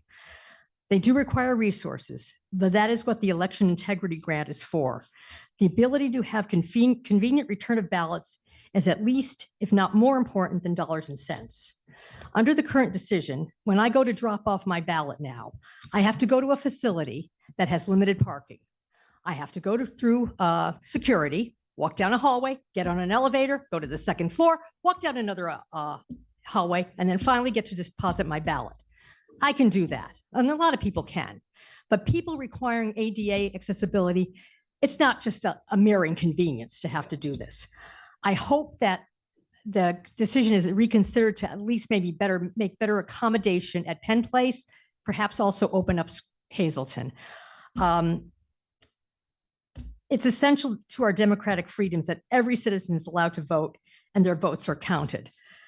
That said, I do applaud the manager for her continuing efforts to bring transparency to the Bureau's work, to make all that accessible and up to date. It's been an ongoing initiative of hers, I do know that, and it's greatly appreciated. I would also say that one of the reasons that apparently that this decision was made on drop boxes is because there are heightened security risks.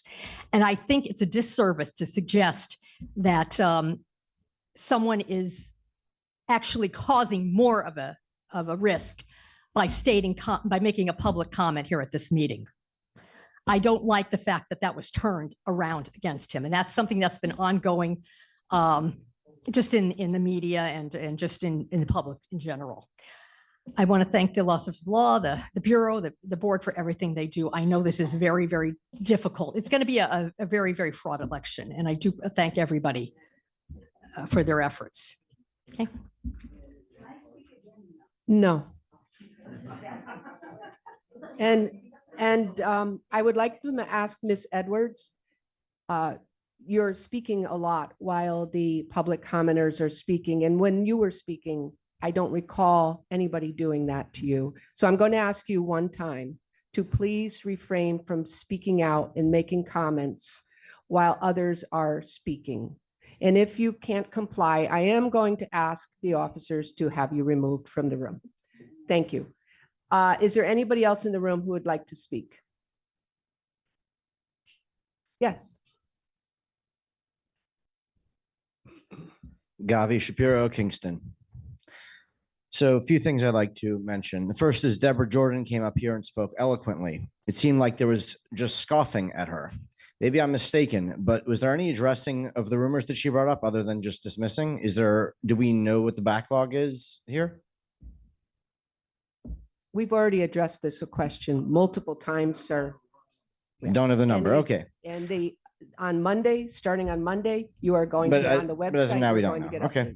updates. Next is I went to the election office today and I was informed that I was permitted to video 3 walls, but I could not video forward. I just like to address the solicitor, if that's all right, and ask about the First Amendment rules and requirements for the public space, and about if that's correct, and if that's something if that's actually what the procedure is there, and if not, what the procedure is.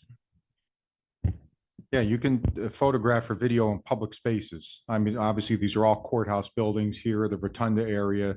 But, you know, tomorrow morning at 9 a.m., you're not going to be allowed to go in the district attorney's office and start filming what's going on in there. You can be in the halls. You can be in the Rotunda. Surely you're not going to walk in a courtroom tomorrow and videotape those proceedings. Cameras and video devices are banned.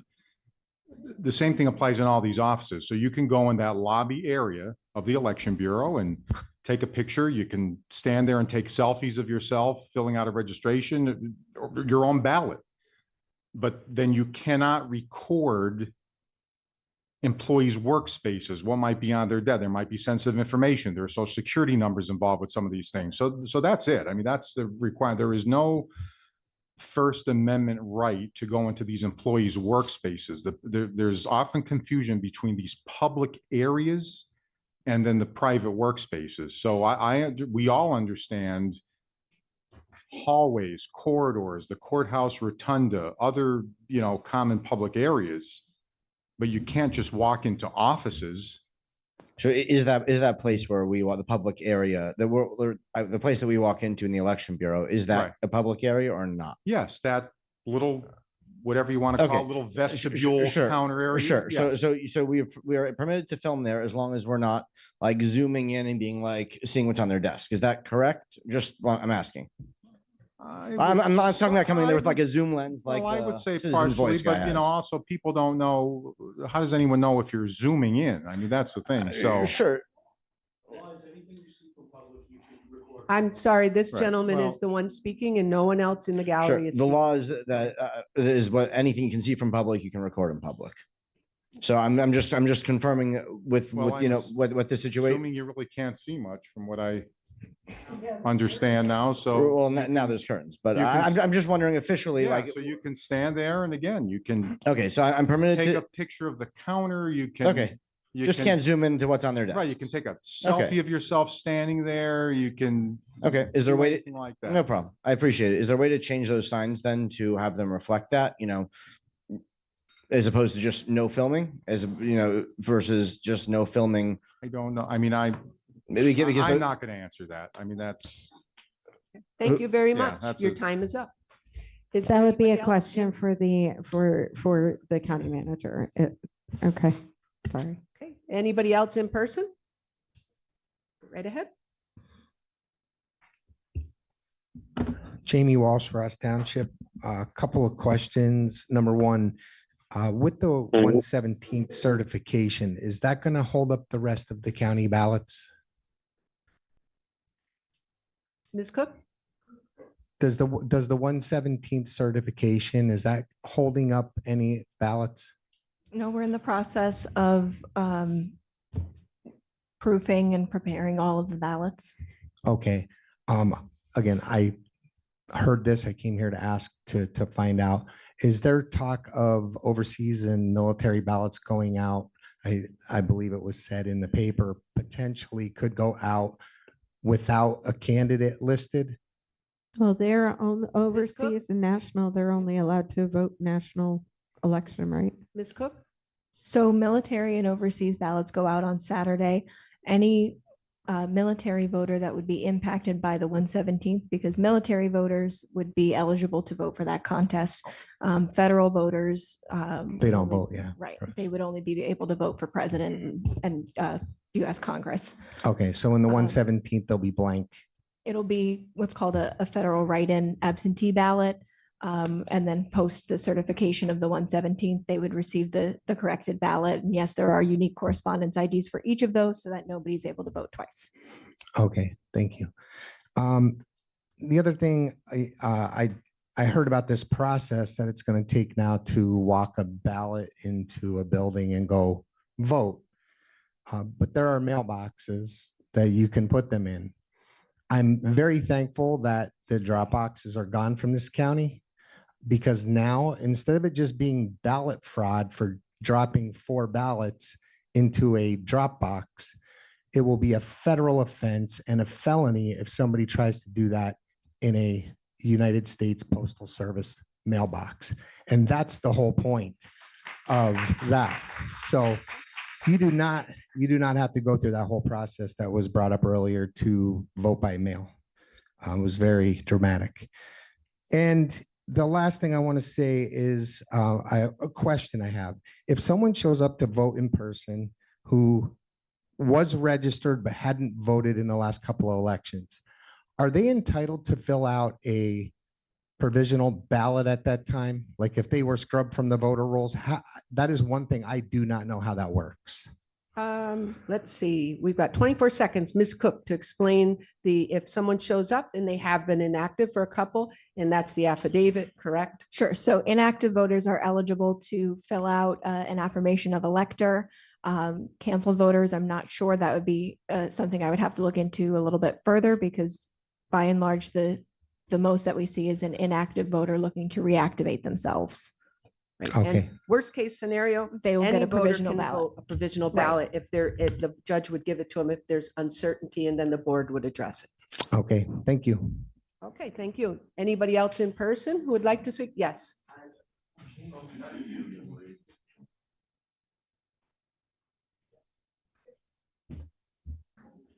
Oh, I'm sorry. Okay. I only have one question. I have Okay, one just concern. please state your Oh, name I'm and sorry. municipality. Ronnie Good, Kingston. If they're not going to have drop boxes, what are we going to do about our mail system? The amount of time that we get for mail-in ballots coming out and then having to be returned. I know people who their votes didn't get counted because they were late. Our mail system does not guarantee letters getting anywhere anymore. That is correct, Ms. Good. Is that your name, Ms. Good? That is correct. There's no guarantee. So my recommendation would be do not, if up to a week before election day, if you're a mail ballot voter, there is no guarantee if you mail it within the week before that it's going to get to the Election Bureau on time.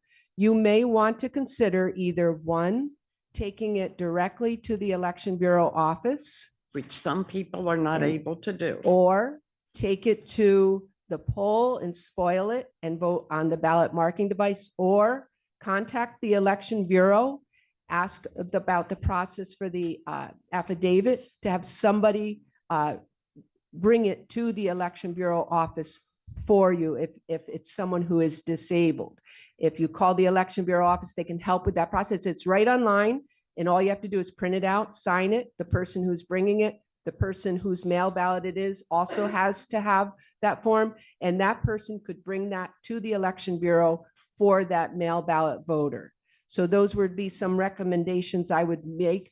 Now, after the last election, 190 mail ballots were returned after Election Day, came in the mail. So to keep that in mind, there is no guarantee, as you said. So if it's close to Election Day, I would say even within a week, I'm a mail ballot voter, I probably would not mail my ballot even up to a week before. I would want the assurance. And then on top of that, you can contact the Election Bureau to find out if it was received.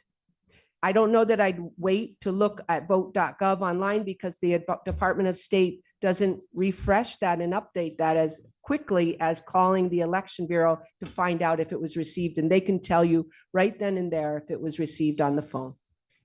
I understand. I hope that helps. I vote in person because I don't trust the whole thing. There've been too many things that have just gone wrong with it, with ballots not being counted, not getting received. It just, without putting it in a drop box right there in front of the election office, I wouldn't put it anywhere else. And I don't trust the mails, because it takes like sometimes 10 days to get a letter from Wilkes-Barre to Kingston. I mean, it's ridiculous. I think if you're going to do one thing, you got to fix the other thing, or work out some kind of deal that if it's postmarked by a certain date, it should be counted. Because there are many, many people that are not able to go and vote. They just can't. Thank you. That would have to be a law change. Thank you. Anybody else in person? Ms. Good, could you please sign the paper? Yes, all the way in the back.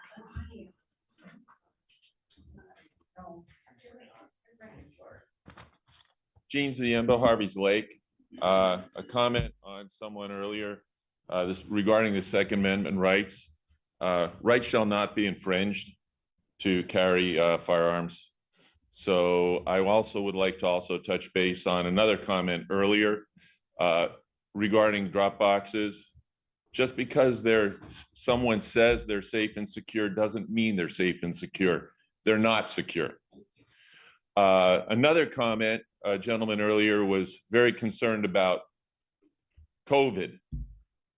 And I appreciate that he's here because this is 10 pounds of peanuts in a 5-pound bag, and he's braving COVID. So thank you for your bravery, sir.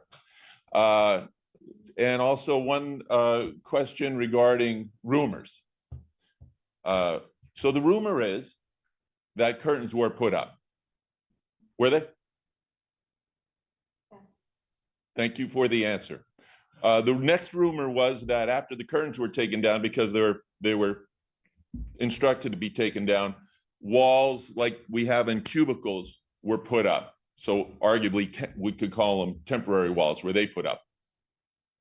I don't know. Thank you for this honest answer. And my last point is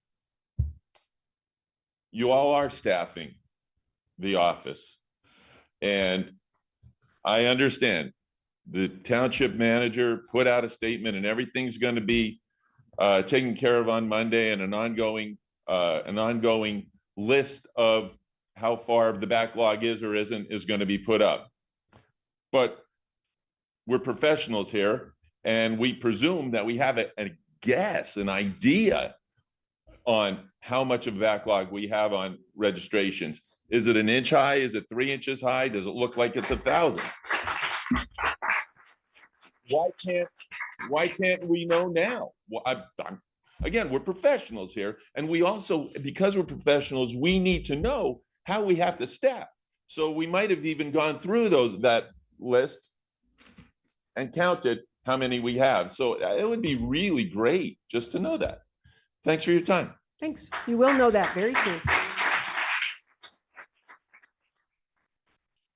Anybody else in person in this room? I don't see any hands. Is there anybody out in the atrium who would like to speak? Yeah, send them in.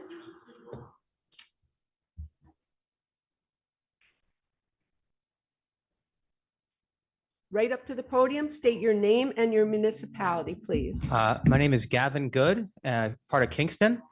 I just like to touch on a couple things. First thing, with the rumor with the curtains, I do have a picture, so it's not exactly a rumor. You want We it? already dispelled that. Do you have any other? They just said that they're down. Oh, well, Yeah. oh, but they were there before. There were. No, and then there's they're still down. curtains, Okay. right? No, I thought you just said they're Wait. down. No, they're not down. No, he said they're Oh, down. no, I'm not. No. I'm not saying that they're there now. I'm just saying that they were in the past. Okay, is there a problem with the curtains? No, I don't know. You want to know if the curtains are up or No, down? no, I didn't hear the fact that I was getting the picture from the curtain, so I'm very sorry to dispel that. Okay, I'm the sorry. curtains are up. Respect for the guy.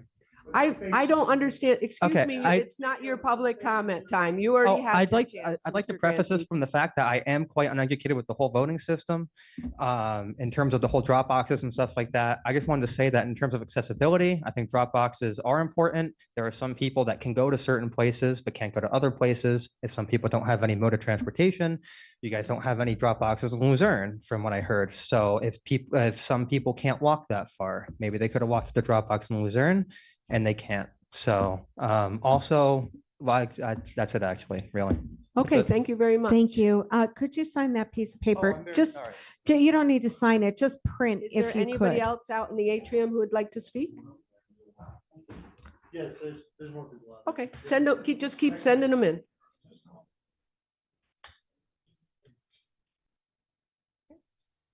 Hello, Jennifer Ziemba, Harvey's Lake Borough. Hoping to maybe even simplify just this being said to people in helping certain organizations register voters. I've had people who have registered to vote over 3 weeks ago, who I've talked to in person, who have said to me, I haven't gotten a card in the mail. And when I check on my active registration, I'm still not active. Maybe if you could give us a time frame on how long it should take, it would help us alleviate people's worry that there's a backlog. Yeah, Ms. Cook just went over that a little while ago. She went through the whole process of what is involved with voter registration. I Maybe you understand didn't that, hear but it when maybe- she was out there. No. And she went through the process within the election bureau through the Department of State, through the Department of Motor Vehicles. I understand that, but there's not a time. People don't understand. I understand It's you have hard a to lot of tell. checks, but with the internet, that could be 2 days, that could be 4 weeks. Could be. Okay, so if we're able to register to vote up until October 21st, and people who register that late week, and it's taking 3 to 4 weeks to register, so are you telling me those people aren't going to be able to vote on November 5th? She just went over that too, just recently, and Mr. Morelli, Board Member Morelli, they discussed that and said, if you're waiting until the week at the end of the deadline, the week before the deadline to register to vote, you're playing it very close, and there is a good chance that your registration may not be processed because it's a multifaceted process. It's not just the Election Bureau, it's a process through the Department of State. And if you're doing it online, the motor vehicle. So there is a chance that you may not get registered if you're registering that close to the So then registration. the date of 10/21 really That is might not what I be- said. Oh, That was not correct. you did. If your say registration is received timely, then it will be processed timely. even up until the last day of Correct. the registration. Right. All right, there you go. So then asking for a mail-in ballot at that point in time would really be a bad idea, Well, because we're if- talking 2 weeks. So for for what it's worth department, requesting a mail-in ballot the week before the election is cutting it close with getting it out in the mail. Our vendor is fantastic. We have voters that receive their ballots within a day to 2 days. But the return process, we've had voters say that it has taken a week to 10 days. So if you're applying for a mail-in ballot that close to the deadline, I would recommend bringing it into the Bureau for the return process. Okay, and then also, that being said, no, you've answered the question. Thank you. Okay, I just want to clarify something because this solves everything. If you register to vote up until the last day that you can register to vote for this election, you're going to be registered to vote in this election. Correct. We've Okay. never not registered Okay, people who so submitted even their. if there's a backlog, it's going to be Right. registered. Okay, that's simple right there. Okay. All right. Anybody else? Yes. So all of these registrations will be registered. Okay. I don't know what the problem is then. Good evening, board. My name is Tony Brazia from Luzerne Borough. And I just want to ask a question. How many polling areas did you close down for this election? None. None. You didn't close any down? No. You didn't move any? Okay. Some are being changed. That's what we Okay, how discussed. many are being changed? I think there's 6 or 8. Yeah. 2, 4, 6, 8, 10. 10. And where are all of these located? Are they all in the city? No. No, they're not there's all some- in Tony, I can get you a list if you want. It's online on the It's agenda. You- online. you It's can online? see. Okay. But I thank you. can get it for you personally All if you want right, it. I appreciate that. Thank you. Okay, now I heard guns. Where are the guns allowed? They said they're allowed to carry guns. I'll The turn Second it over to Amendment? our attorney, Ms. Attorney Are they Molina. allowed to bring Yeah, guns? They are. I don't know why that was brought, because I didn't hear that earlier, but if someone has the right to legally carry, that. But you- into a you polling, can. I mean, okay, outside, but into the polling. Yes, it is. It is. Okay, so if permitted. someone is disturbed or who's Well, drunk or something, they can come in Again, there I and do can't whatever they get it. want.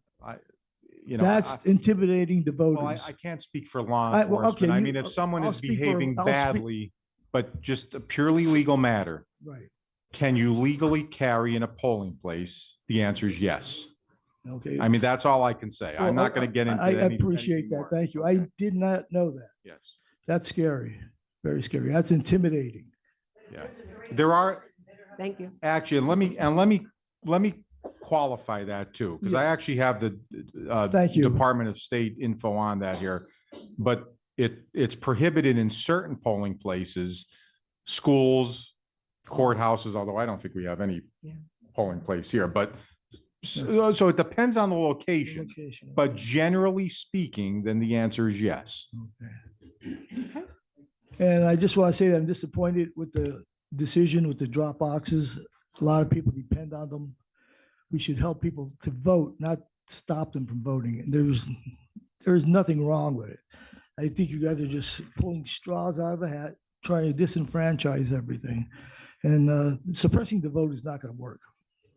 They're going to vote. They're going to vote, and they're going to beat Trump. I'll tell you that right now. Thank you. Okay, anybody Thanks, else out Tony. in the atrium?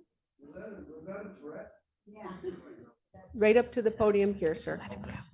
All right. Hi there, I'm Joe George. I'm from Lake Township, Luzerne County, Pennsylvania.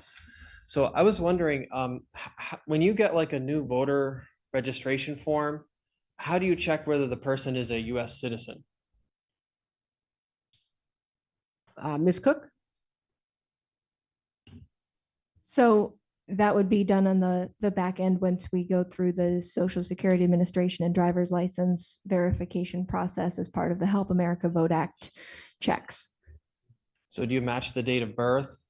So And- all of the information that a voter has to provide, so it's your name, your date of birth, your social security, your driver's license number, all of that information has to match what's in the current database at each of those administrations.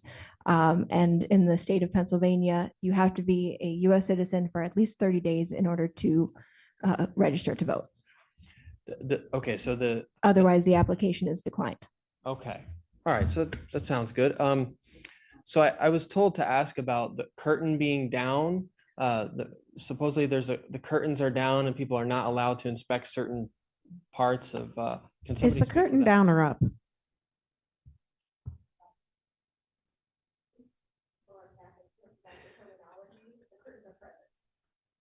Okay, there are curtains. There are privacy curtains in the Election Bureau office, yes. Okay, and they're down?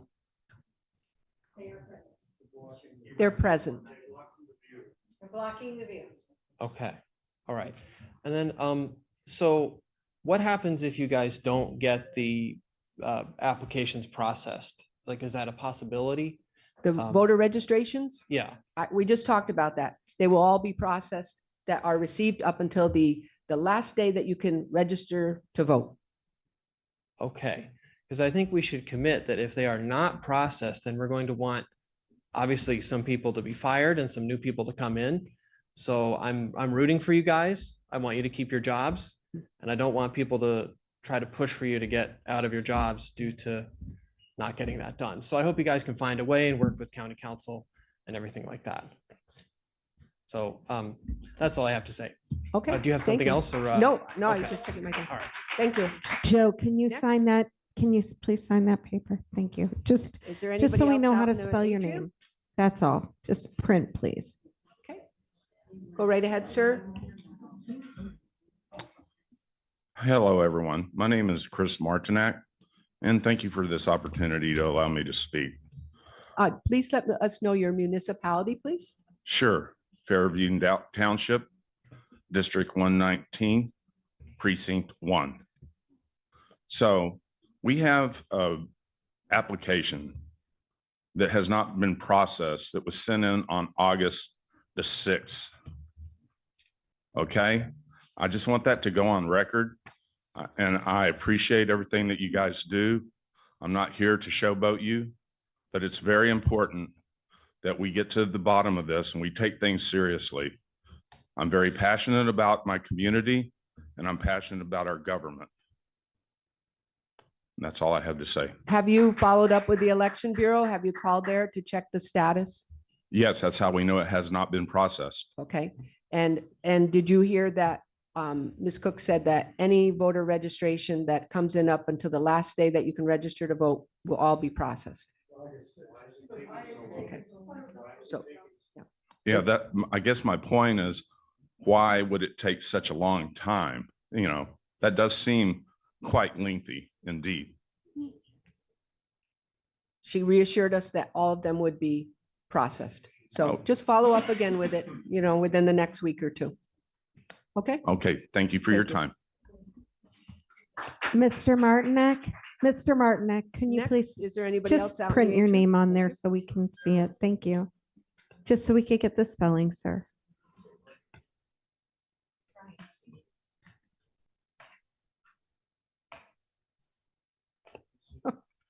I got it when I went to court today. Okay, please state your name and your municipality. Theodore John Fitzgerald, Newport Township 2. First of all, I love this. I love this so much. First Amendment, baby. I love it so much that Democrats, Republicans, and everybody in this country has a right to speak up. And this is a blessing, and this is awesome. Thank you for taking your time. And honestly, you guys are actually answering questions, and I wish council would do that as much as you guys are doing it. So you guys, I'm going to give you some of the answers people don't like, but that's okay. But at least you're answering the questions. Can we agree on that, guys?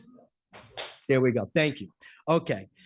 First Amendment also, I had a rally, and there were some people that protested, and one person's in actually the room today, and they were on the private property and asked to move. And honestly, I commend them. Again, I love the First Amendment. After we moved, they moved, and I came out and brought them out waters and asked them if they had pizza. Some of them took waters, and that's the way we have to do it in America. Okay, we have to, just not have rights for ourselves. We have to have rights for every American. Moving forward, I made some recommendations 2 years ago to the election board. And I said, number one, we have to start training people. We have to start training people in office. We have to try to train other government workers, because every election we are understaffed. Number two, we have to have recruitment. We should be going to colleges. We should be getting younger people, because older people are getting where they can't help at the polls. We got to recruit people for polls. Office hours, we should have the election bureau open 1 day a week to 8 p.m. so workers have a chance to get down, ask these questions, so we don't have to come here and spend 5 hours with you. As far as the illegals, I'm a bail bondsman. It's easy to get a driver's license. They get it all the time. So it is a little scary. I think that we have to, again, if we hire more people, I think that council should give you guys some more money to hire one person to scrub the voter roll all year long. I'm going to ask for that at the next council meeting. I want the rolls scrubbed all year long, and I think that we could get that done. Other stuff is help registering voters. I know that you guys aren't open. So just so you know, if you guys want to come down to 1325 North River Street between 1 and 4 on Sundays, we have voter registration. Our group dropped off about 400 this week, voter registrations, change of registration, and mail-in ballots, along with Scott Pressler's early vote action. We're working together to make sure we get out the vote, because I happen to love mail-in ballots. Why do I like mail-in ballots? Because I get it in the mail, and I could physically take it to Emily. Emily, didn't you not take my last mail-in ballot? And she told me, I said, Emily, where do I put this? She says, just right there. She wouldn't touch it, but she put it, and she was very helpful. So remember, every Republican out there that doesn't like mail-in ballots, the Democrats vote for 60 days straight. We vote for one. As you see, I'm on crutches. I may lose another toe. I lost a toe 2 days before another election. Bank the vote. That's how we can have changes in elections. Thank you very much. And then the last thing is, that's it. That's it. No, I'm good. Thank you very much. Everybody, thank you very much for taking your time. God bless you, and God bless America. Thank you.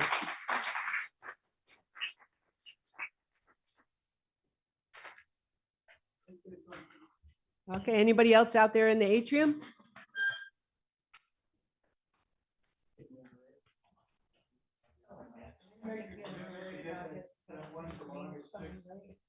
Okay. They could get a process. That seems like it's lost.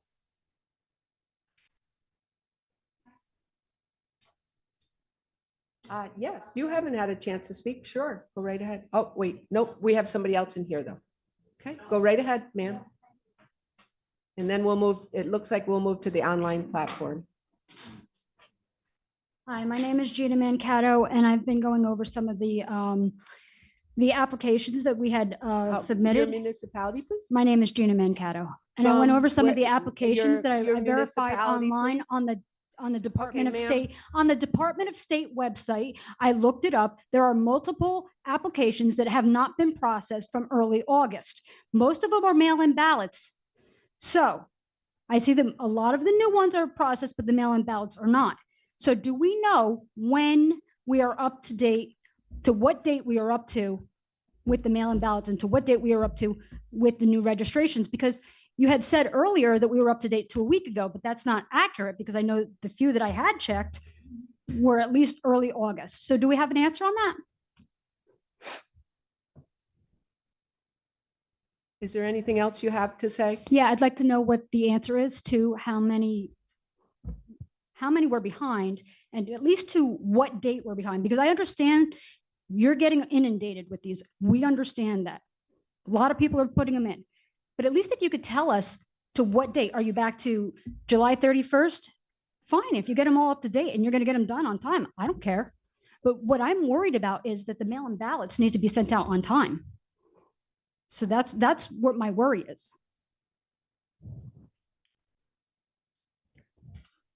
So the mail-in ballots, we began processing about 2 weeks ago, which is ahead of the deadline of September 16th, which was the last day to begin processing mail-in ballot applications. So we've brought in additional staff. We have about 10 people every day that are there processing mail-in ballot applications.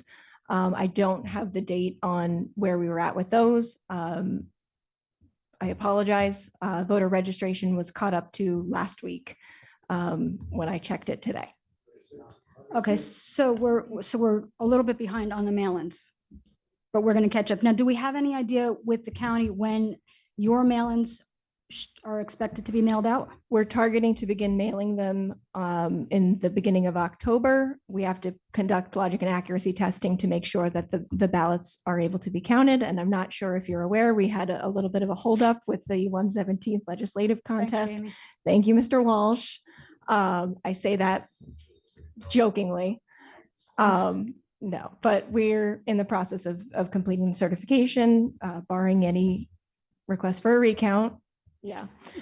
So if I could just say, so do you expect to be updated with all the mail-ins by the time you're ready to mail them out? And if you're not, you will hire more people to make sure it's completed? We've already been bringing in additional staff and we'll continue to bring in additional staff as needed. Okay, thank you. Okay, I don't think there's anybody else because there's no one in the atrium. Okay, so we're going to move to the online platform and we'll start with, We'll start with Brianna Ribka. Hi, my name is Brianna Ripka. My municipality is Fairmont. Hello, everyone. Thank you for allowing me to speak this evening. I am the Voter Services Coordinator at the State League of Women Voters of Pennsylvania and also a Luzerne County voter. I represent thousands of concerned citizens in our county and across the Commonwealth who believe that maintaining ballot drop boxes is essential for safeguarding our democratic rights. Ballot drop boxes provide a vital service by ensuring that every voter has accessible, secure, and convenient options for casting their votes. These boxes increase voter participation, particularly those who may face challenges with traditional voting methods, whether it's due to work commitments, health circumstances, or transportation barriers. In today's fast-paced world, it's crucial that we make the voting process as inclusive as possible. Removing drop-off boxes would disproportionately affect marginalized communities, further hindering their access to the democratic process. I want to address the concerns regarding safety. It's important to note that Luzerne County drop boxes are placed in secure locations, monitored, and they were designed to protect the integrity of every ballot. The assertion that they pose a danger is simply unfounded. In fact, these secure drop boxes enhance security of our elections by providing a reliable and trustworthy option for voters to submit their ballots, minimizing the risk of postal delays or mishaps. Furthermore, the timing of this proposal to remove drop boxes is concerning. With the election just around the corner, this sudden change creates unnecessary confusion among voters. It's vital that stability and clarity is provided in the electoral process, and removing drop boxes now undermines that goal. Such last-minute alterations can lead to misunderstandings and disenfranchisement, particularly among those who rely on these resources to participate in our democracy. We urge the board and county manager to consider the implications of removing these essential tools. Upholding and expanding access to ballot drop boxes reflects the board's commitment to a fair and participatory democracy. Thank you. Thank you. Claudia Glennon. Claudia Glennon, Salem Township. I have two comments. The first is for people who may not be aware. Under the Immigration and Naturalization Act, individuals who falsely claim U.S. citizenship can be deported and permanently barred from returning to the United States. So I highly doubt that anyone would do that intentionally. And when I register voters, that is one of the first questions that I ask. The second concerns drop boxes. Removal of county drop boxes 48 days from the most important election in the history of this country since 1860 constitutes nothing less than voter suppression. Ms. Crocomo, the county manager, has unilaterally acted to eliminate what is proven to be safe and secure voting option to thousands of county residents.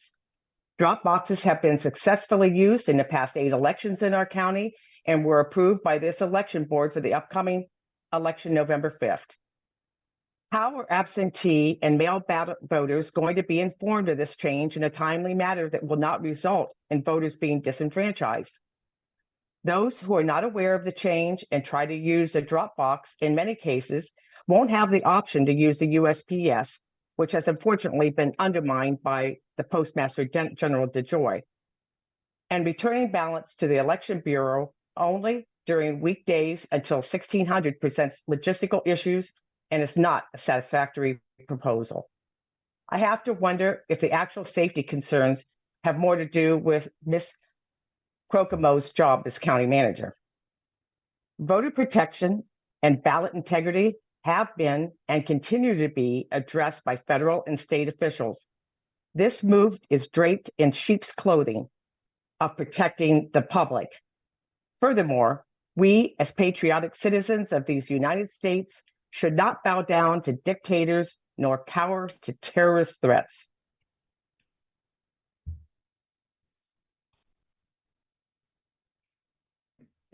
Did you get cut off, or is that your complete comment? That is my complete comment. Thank you very much. Okay, Dino Ninoti? Can you hear me? Yes. Okay, so Dino Nati looks very safe too. We can just settle all this right now because the director and or deputy can go back to the office tonight, go into the Shore system and pull the numbers for all the applications that are currently in the queue for mail-in ballot requests, registered vote, county transfers. So to be transparent, and that's what the county manager wants, they can go back, pull all the numbers to see how far off we are, and we can get it published in the paper tomorrow instead of waiting until Monday, so they have time to get caught up. Also, the county manager wants to be transparent, so they put up curtains. So if you want to be transparent, why not send a reporter into the election office to take pictures of all the mail that is backlogged, so that way the people know. That way all the rumors will be squashed. We know exactly tomorrow the number of backlog that you have. That's how you can do it, and then everybody will know. We don't have to wait till Monday. You have the power to do it. How do I know that? Because I worked as the deputy director of elections. You can also go in there and break it down and see how many applications each employee processed. So then we can get a timeline of how you can get caught up. That is the simplest way to do it. And if you want to be transparent and fair, I think that is the easiest way to get it all done. And to my Marie friend, Ben, if you want to know about the ballots that Nick threw away in the dumpster, I'd be more than happy to share it with you and anybody else in that room. Thank you so much. Have a great day.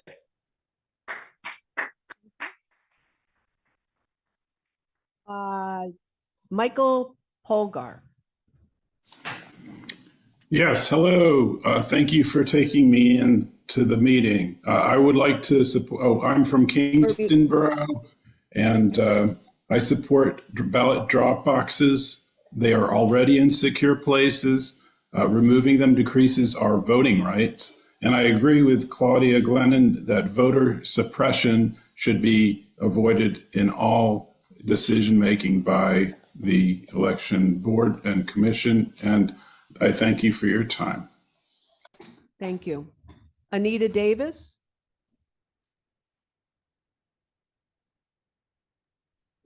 Yes, Anita Davis, Plains Township. I agree. Voter suppression is rampant in Luzerne County, if it wasn't the lack of polling paper, and if it wasn't the new sorting machine that kicks out voting ballots for incorrect signatures or dates, and now it's removal of the ballot boxes by the county manager 6 weeks prior to an election. The other side doesn't play fair, and I can tell it's a full moon tonight by some of the accusations that our fellow citizens of Luzerne County have been stating. And I think the man from Shavertown has a right to say that no weapons should be allowed in the polling place. Why do you need your weapon there? And that is a threat to some of the poll workers too. And you know, you let those people get up and talk without stating their municipality. Yet when somebody wants to state an opinion on the other side, they are reprimanded for bringing that up. Please, stop this suppression of our votes. That's unconstitutional. We will vote no matter what. Thank you. Thank you very much. Okay, Hannah Butterwick? Yes, hi, can you hear me? Yes. Okay, hi, Hannah Butterwick from Dallas Township. I'm going to start by explaining my experience with the drop boxes. I'm immunocompromised and a mom of a 1-year-old who is also immunocompromised. Mail-in voting is my family's way of adding an additional layer of safety and keeping me from standing in long lines, which I'm physically not able to. And before I address the board, just to address the crowd, number one, to those who say they aren't comfortable with this, it's not for your comfort. The Bureau of Elections goes through an arduous process to ensure that each mail-in ballot is legal. And number two, you're not a hero for voting in person. The most vulnerable people in your community need this, and you're blocking it. That's not a hero. And to the board, I don't know everyone on the board's position on this, but to people that were quoted in the newspaper, like Denise Williams saying that you were in favor, and to the county manager, Romilda, this is not looking out for our best interest. We have safely and securely used these drop boxes for years. These vague excuses of safety make no sense to us. You've secured 130 locations, but you can't manage to find a way to secure 4 drop boxes. You need to represent all the people of this county, and there are people who are blue collar and can't afford to take off work, busy moms, people who are disabled, and the elderly who rely and require these drop boxes as a means for them to safely and securely vote in lieu of their difficulties attending in person. And in 2024, this is shameful. We're catering to conspiracy theorists. We're going backwards. Voters trust these drop boxes more than the unreliable United States Postal Service, and we feel safe dropping our ballots off that way. It honestly appears quite lazy to remove the drop boxes to solve your issue. You should have looked at a solution to the problem, not to just remove them. And I will quote an article from State Line and say that these drop boxes have become a symbol of the attacks on voter access. After 2020, right-wing activists scrutinized security footage of drop boxes, but they failed to turn up any evidence of widespread voter fraud. And states across the county certified there was no fraud. End quote. And now we are one of them. Luzerne County continues to make national news as an embarrassment for its poor mishandling of elections. And here we go again. And Romilda, from an overall standpoint, bigger than the ballot boxes, I'm not sure what you have against disabled folks, but people in this county deserve to know the full picture since it seems to be affecting all of your decision making. Underneath your tenure at the county, you made it also impossible to allow coworkers to donate their time to other employees who were undergoing cancer treatment, which would have cost the county nothing, forcing people to retire early and go broke while battling cancer. That's very cold. I hope that you find a way to ensure these ballot boxes remain available for those voters who need them the most. After all, this is your job. Thank you. Thank you. Mark. Mark. Go ahead, Mark. Madam Chair, can you hear me? Yes. Yes, we can. This is Mark Rabo of Hazelton. It's kind of deja vu all over again from 2020, considering things have come full circle now. As I can clearly remember, after the state Supreme Court ruling, when the ballot drop boxes were allowed by a majority of Supreme Court justices who were taken of the narrative when COVID was breaking out, that the health and safety of the voter was at risk because of the emergency declaration by Governor Wolf. So that being said, is there an emergency declaration for COVID? No. Is there a health and safety of the voter at risk issue? No. Are ballot drop boxes allowed by statute under Act 77 of 2019? No. So, as you said, Madam Chair, during this public comment session, you said to a few people during public comment that if you have a problem with how the law is written, go to your state legislator.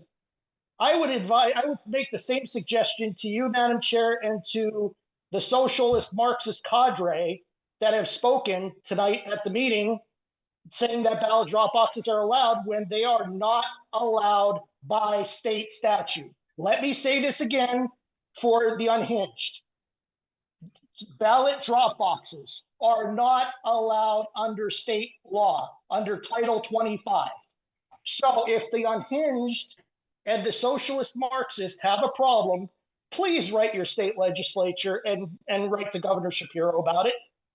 Because no matter how much you cry, no matter how much you complain, the law is the law and your opinion is your opinion. Okay? Now, that being said, I'm going to move on to another issue, and that is with regards to, if people are out of state or out of the area who want to vote. I know this was touched upon, but I would like to ask Ms. Cook, based on, and I believe Mr. Morelli could appreciate this, if you're on the road or if you're going to work and you need to drop off your mail-in ballot, but you can't, and you're mailing it before Election Day, will it still count if it's received, if it's postmarked before Election Day, but if it has to be on Election Day and postmarked before Election Day? Is that correct? And that's my comment. Thank you very much. Sure, Mr. Rabo, so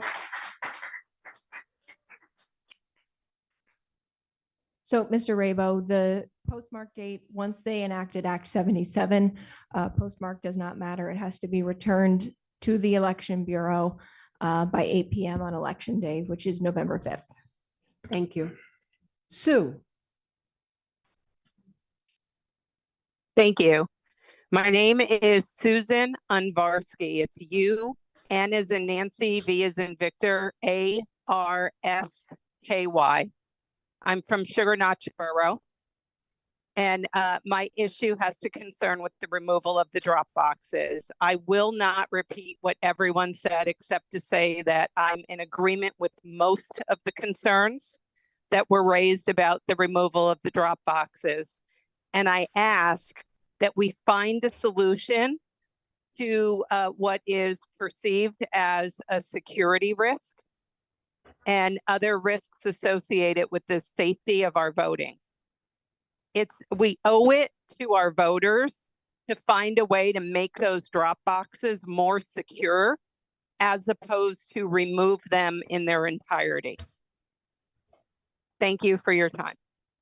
Thank you. Katerina. Hi, everyone. My name is Katerina Garetta from Kingston Borough. I'd like to say that drop boxes are under video surveillance and are very safe.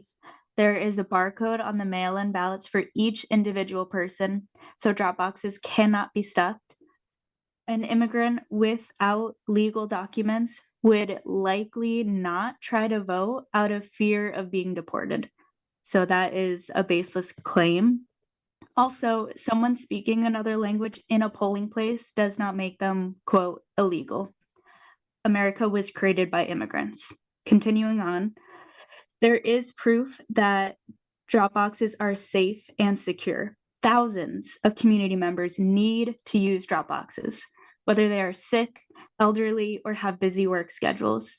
It is extremely difficult for disabled or elderly people to bring a ballot into the second floor of Penn Place. All of this discourages voting. Those who say drop boxes are not safe are using fear tactics, as well as wasting taxpayer dollars to hear these conspiracies. They're making it harder, if not impossible, for thousands of our community members to vote. Please do not take away the drop boxes and our abilities to vote. Thank you very much for your time. Thank you. Vivian Kreidler-Lucina? Can you hear me? Yes. My name is Vivian Kreidler.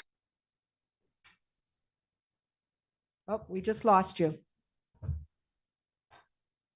Oh, we lost you completely. Okay, so when she comes back, we'll let her back on. In the meantime, Alyssa Coleman? Hi there, can you hear me? Yes. Hello, my name is Alyssa Coleman. I am from Sawyersville Borough. The first thing I'd like to say is part of my background is that I'm originally from New Jersey. I moved here about 3-ish years ago. And back where I used to live, our drop box was out on the curb in front of the police office, you know, able to be there 24/7. And I know the drop box is closest to me is in a building that's behind a locked door that honestly is a little hard for me to get to on most days because I work like 8 to 4 and I believe it closes at like 4:30. So I kind of have to rush to get there. So I think that whenever anyone says that the drop boxes in this area, at least that one, are unsafe and unsecure is kind of funny. But regardless, as I probably implied, I use drop boxes pretty regularly.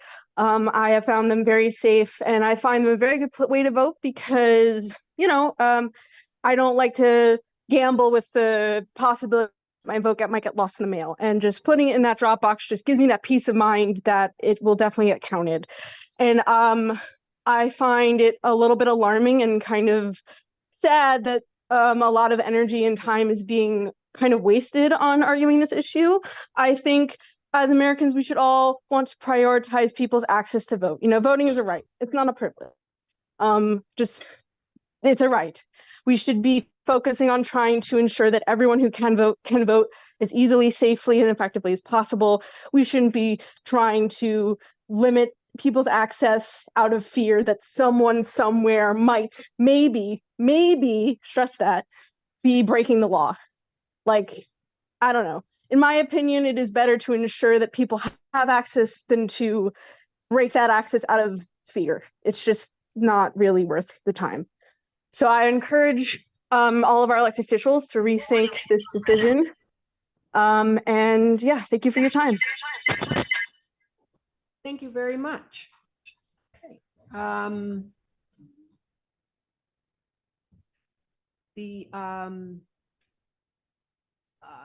Pat Smith, could you?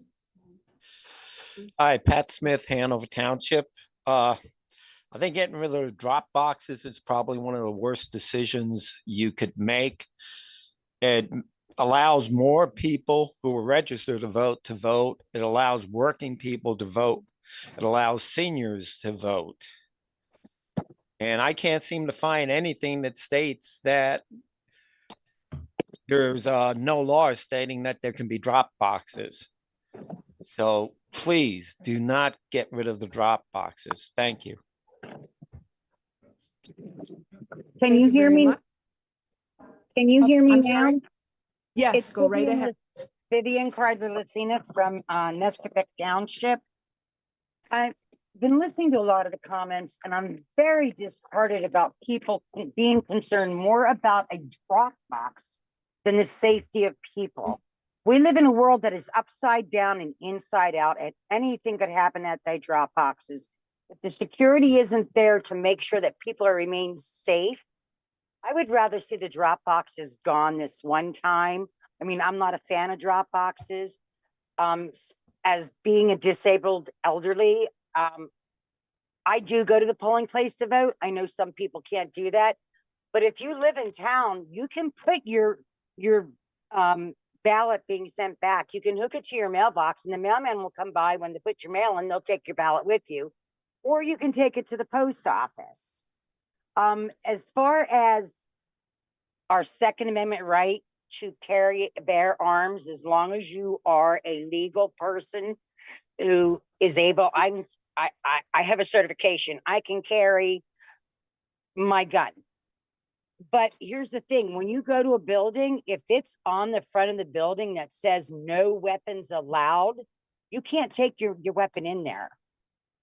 I mean, people are trying, it just feels like people, instead of coming together as we should be and saving our country, it's like a division there, and we got to get rid of that division. People need to come together.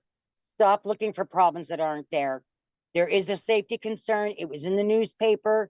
It was put out there. If somebody goes to a drop box and somebody gets beat up while trying to put their ballot in the drop box, it's not the county who's going to be responsible. It's where the drop box location is going to be responsible, because there was no security there. We can have security cameras there, but without a security officer there or a police officer to make sure you are safe, which is more important, is the safety of the voter. That's all I have to say. Thank you, and have a good evening. Thank you. Mr. Schaefer, Mark Schaefer. Here. Hazel, come on, I'm gonna go make supper now. Hazel. Mr. Schaefer. Can you hear me? Hazel, I'm not Yes. giving you one straight. Oh, okay. Go ahead, Mr. Schaefer. I'm It- sorry. I it- apologize. okay, Let me sorry. just start over. Okay, go ahead. Mark Schaefer, Wilkes-Barre. I would like to apologize to the board for having to deal with what they deal with. I could never be on the Board of Election and sit through these meetings, so God bless. I just have to say that I think a lot of the intention behind what people say was revealed tonight, and I think Ms. Crocamo should absolutely consider who she's aligning herself with. The people at the meeting tonight cited that if they hear someone speaking Spanish, that means they're an illegal immigrant. They said, if you think drop boxes should be around, you're a communist. And they've said that the fact that votes weren't counted proves that there's voter fraud. So this is the kind of deranged conspiracy theories that Ms. Crocamo is aligning herself with.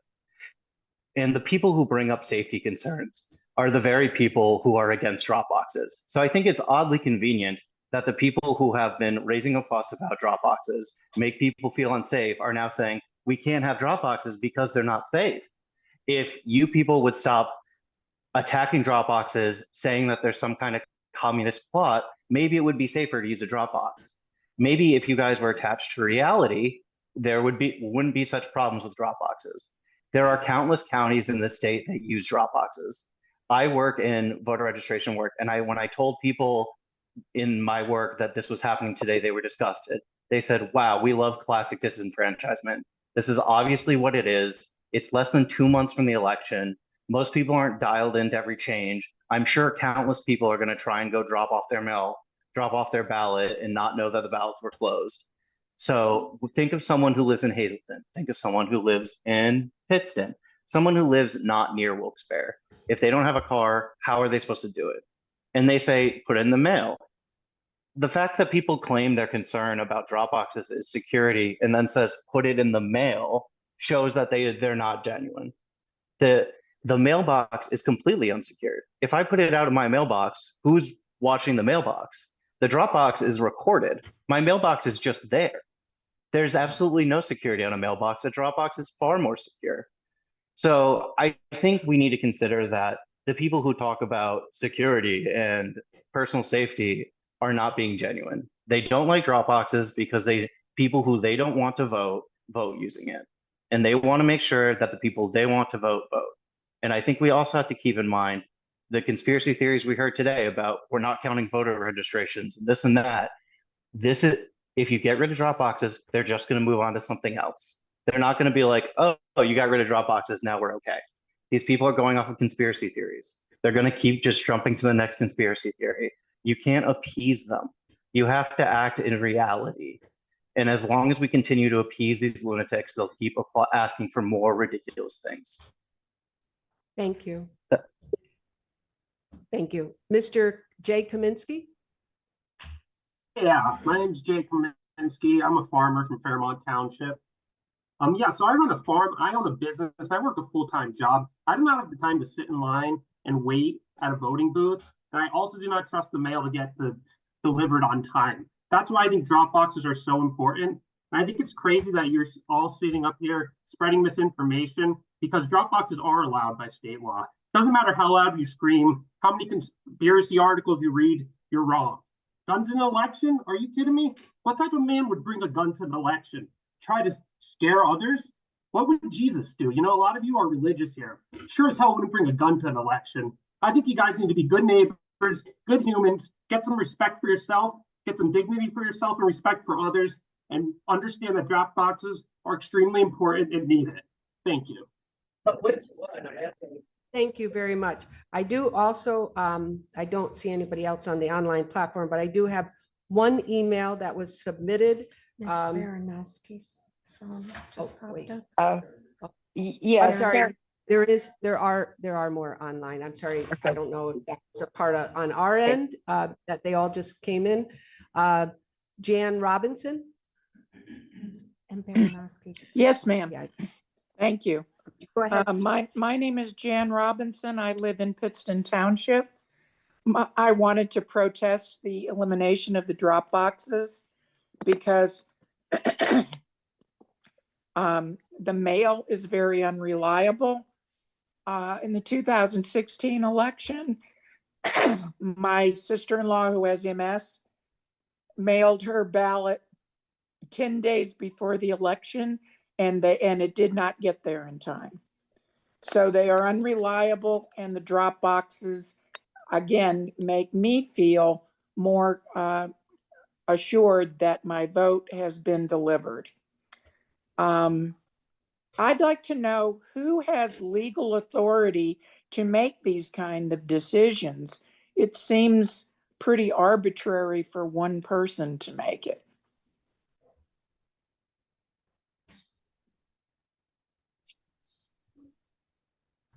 Are you still there? Yes. Oh, yes. I I'm was sorry. wondering who has the legal authority to make this decision to dispense with the drop boxes. So Ms. Robinson, I just want to tell you, this is Denise Williams.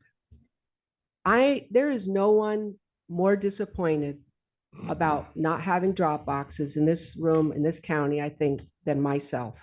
And I went to bat multiple times for ballot drop boxes, and it is a very disappointing day.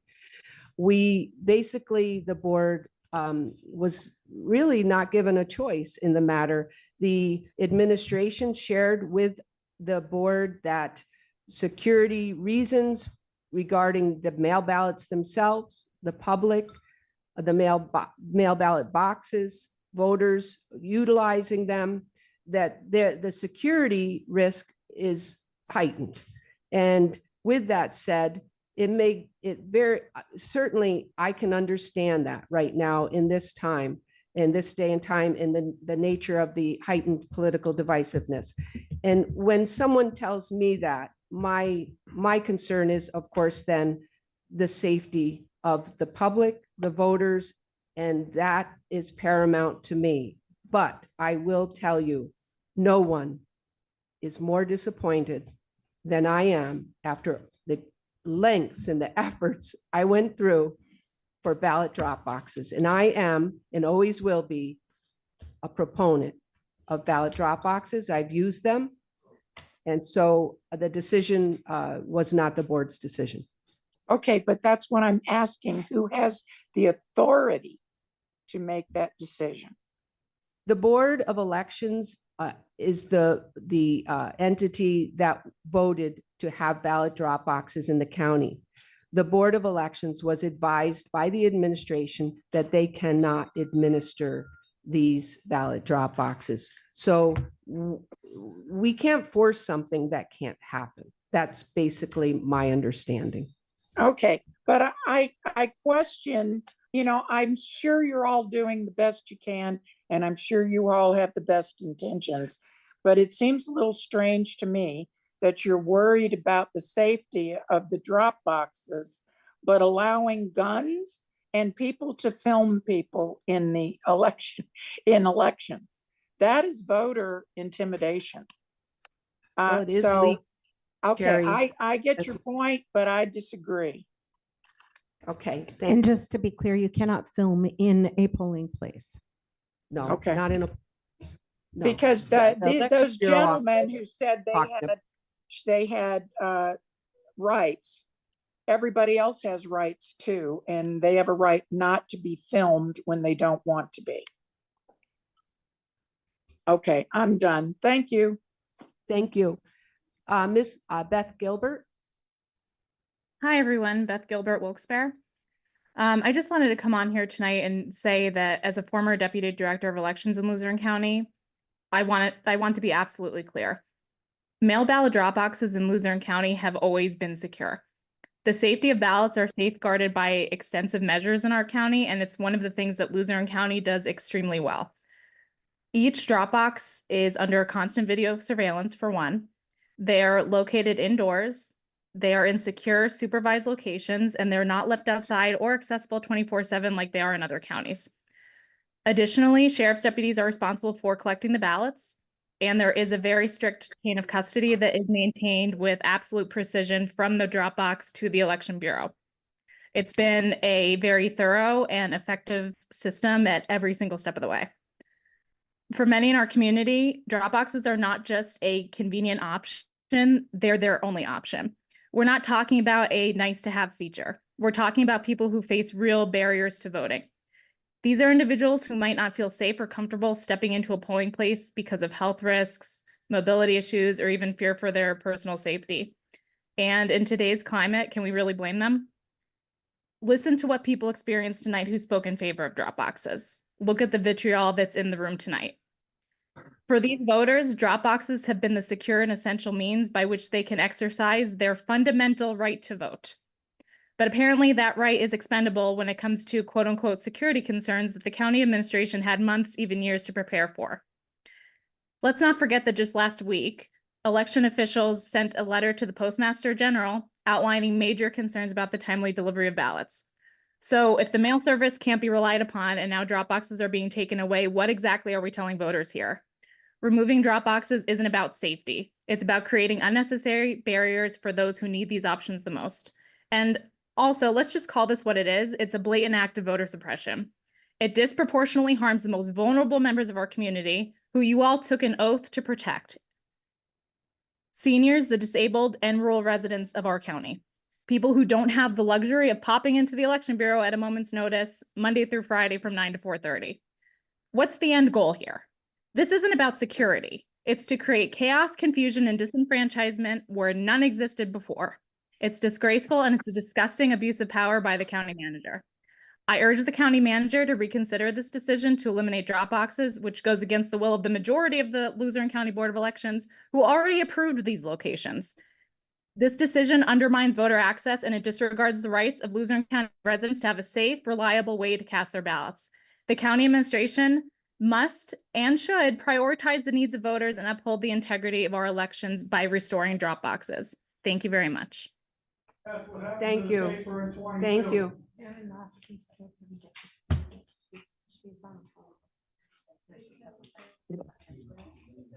Well, if there's anybody on the phone, a phone line who would like to speak, just jump right in. Go ahead. Hi, I'm Karen Baranowski. Can you hear me? Yes. Oh, great. And I know it's been a long night for everyone, and I've learned a lot. I just found out tonight about I was horrified that our drop boxes, and I was so disappointed that County Manager Crocomo made the decision on that. I'm going to send the email to her to let, to speak to her personally. She's not there, but to entirely eliminate every drop box, which are locked. Everybody else has said all the details and very eloquently. And Denise, I wanted to thank you because I didn't understand your role in it, and I'm glad you explained that you really wanted the election board.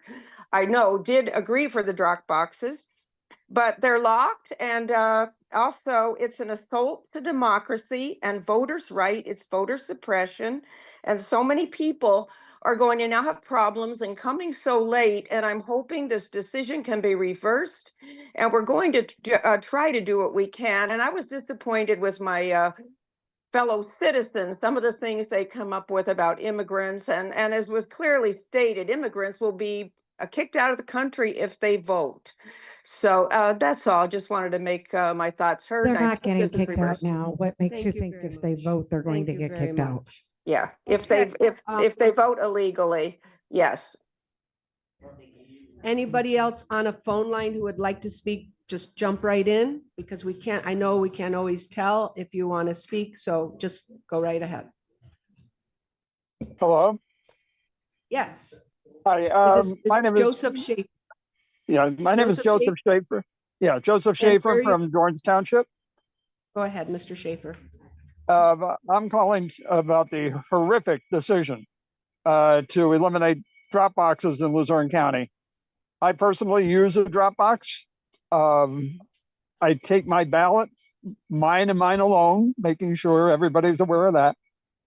I take it down to Penn Place. I walk in, I put it in a drop box. I walk out. The next day, I get an email from Luzerne County telling me that they received my ballot. They're safe, they're secure. Like people have said, elderly, disabled. There are people that cannot get to the polls, that can't stand in line for an hour or two. And eliminating the drop boxes is one more effort to have voter suppression. And Luzerne County has a horrible reputation, and this is only going to make things worse.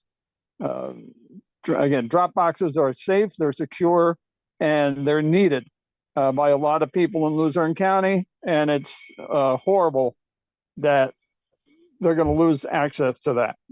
Thank you. Thank you. Is there anybody else who would like to speak on the online platform? Just go right ahead. Hi, my name is Elaine Curry, and I've heard everyone. Your municipality? I'm from Luzerne County. I'm from Butler. Okay, thank you. And I really don't have a lot to add because I think everyone was very good at expressing their sentiments. I just wanted to say that I'm asking for the reinstatement of the drop boxes. There's no valid proof that there has been any irregularities. And I really think that what we're doing is, as a former elected official, I always wanted everyone to vote. I wanted to win by every vote. And I think what we're doing here, it's voter suppression, pure and simple. We're trying to take the most vulnerable, underserved population, and we're denying them their right, their fundamental right to vote. I think it's unconscionable. I think we should be ashamed of ourselves. I think we should find more ballot boxes than just 4. I think your job as the election bureau is to see that every single person in this county who is eligible to vote has the right to vote. Instead, we are doing voter suppression, pure and simple. That's all it is, voter suppression. And we are taking the most vulnerable people and saying, you know what, you're not good enough to vote, because we can't win an election unless we suppress the vote. I think we should all be ashamed of ourselves. That is not democracy. That is not who we are as Americans. Thank you. Thank you. Anybody else on the online platform? Just go right ahead.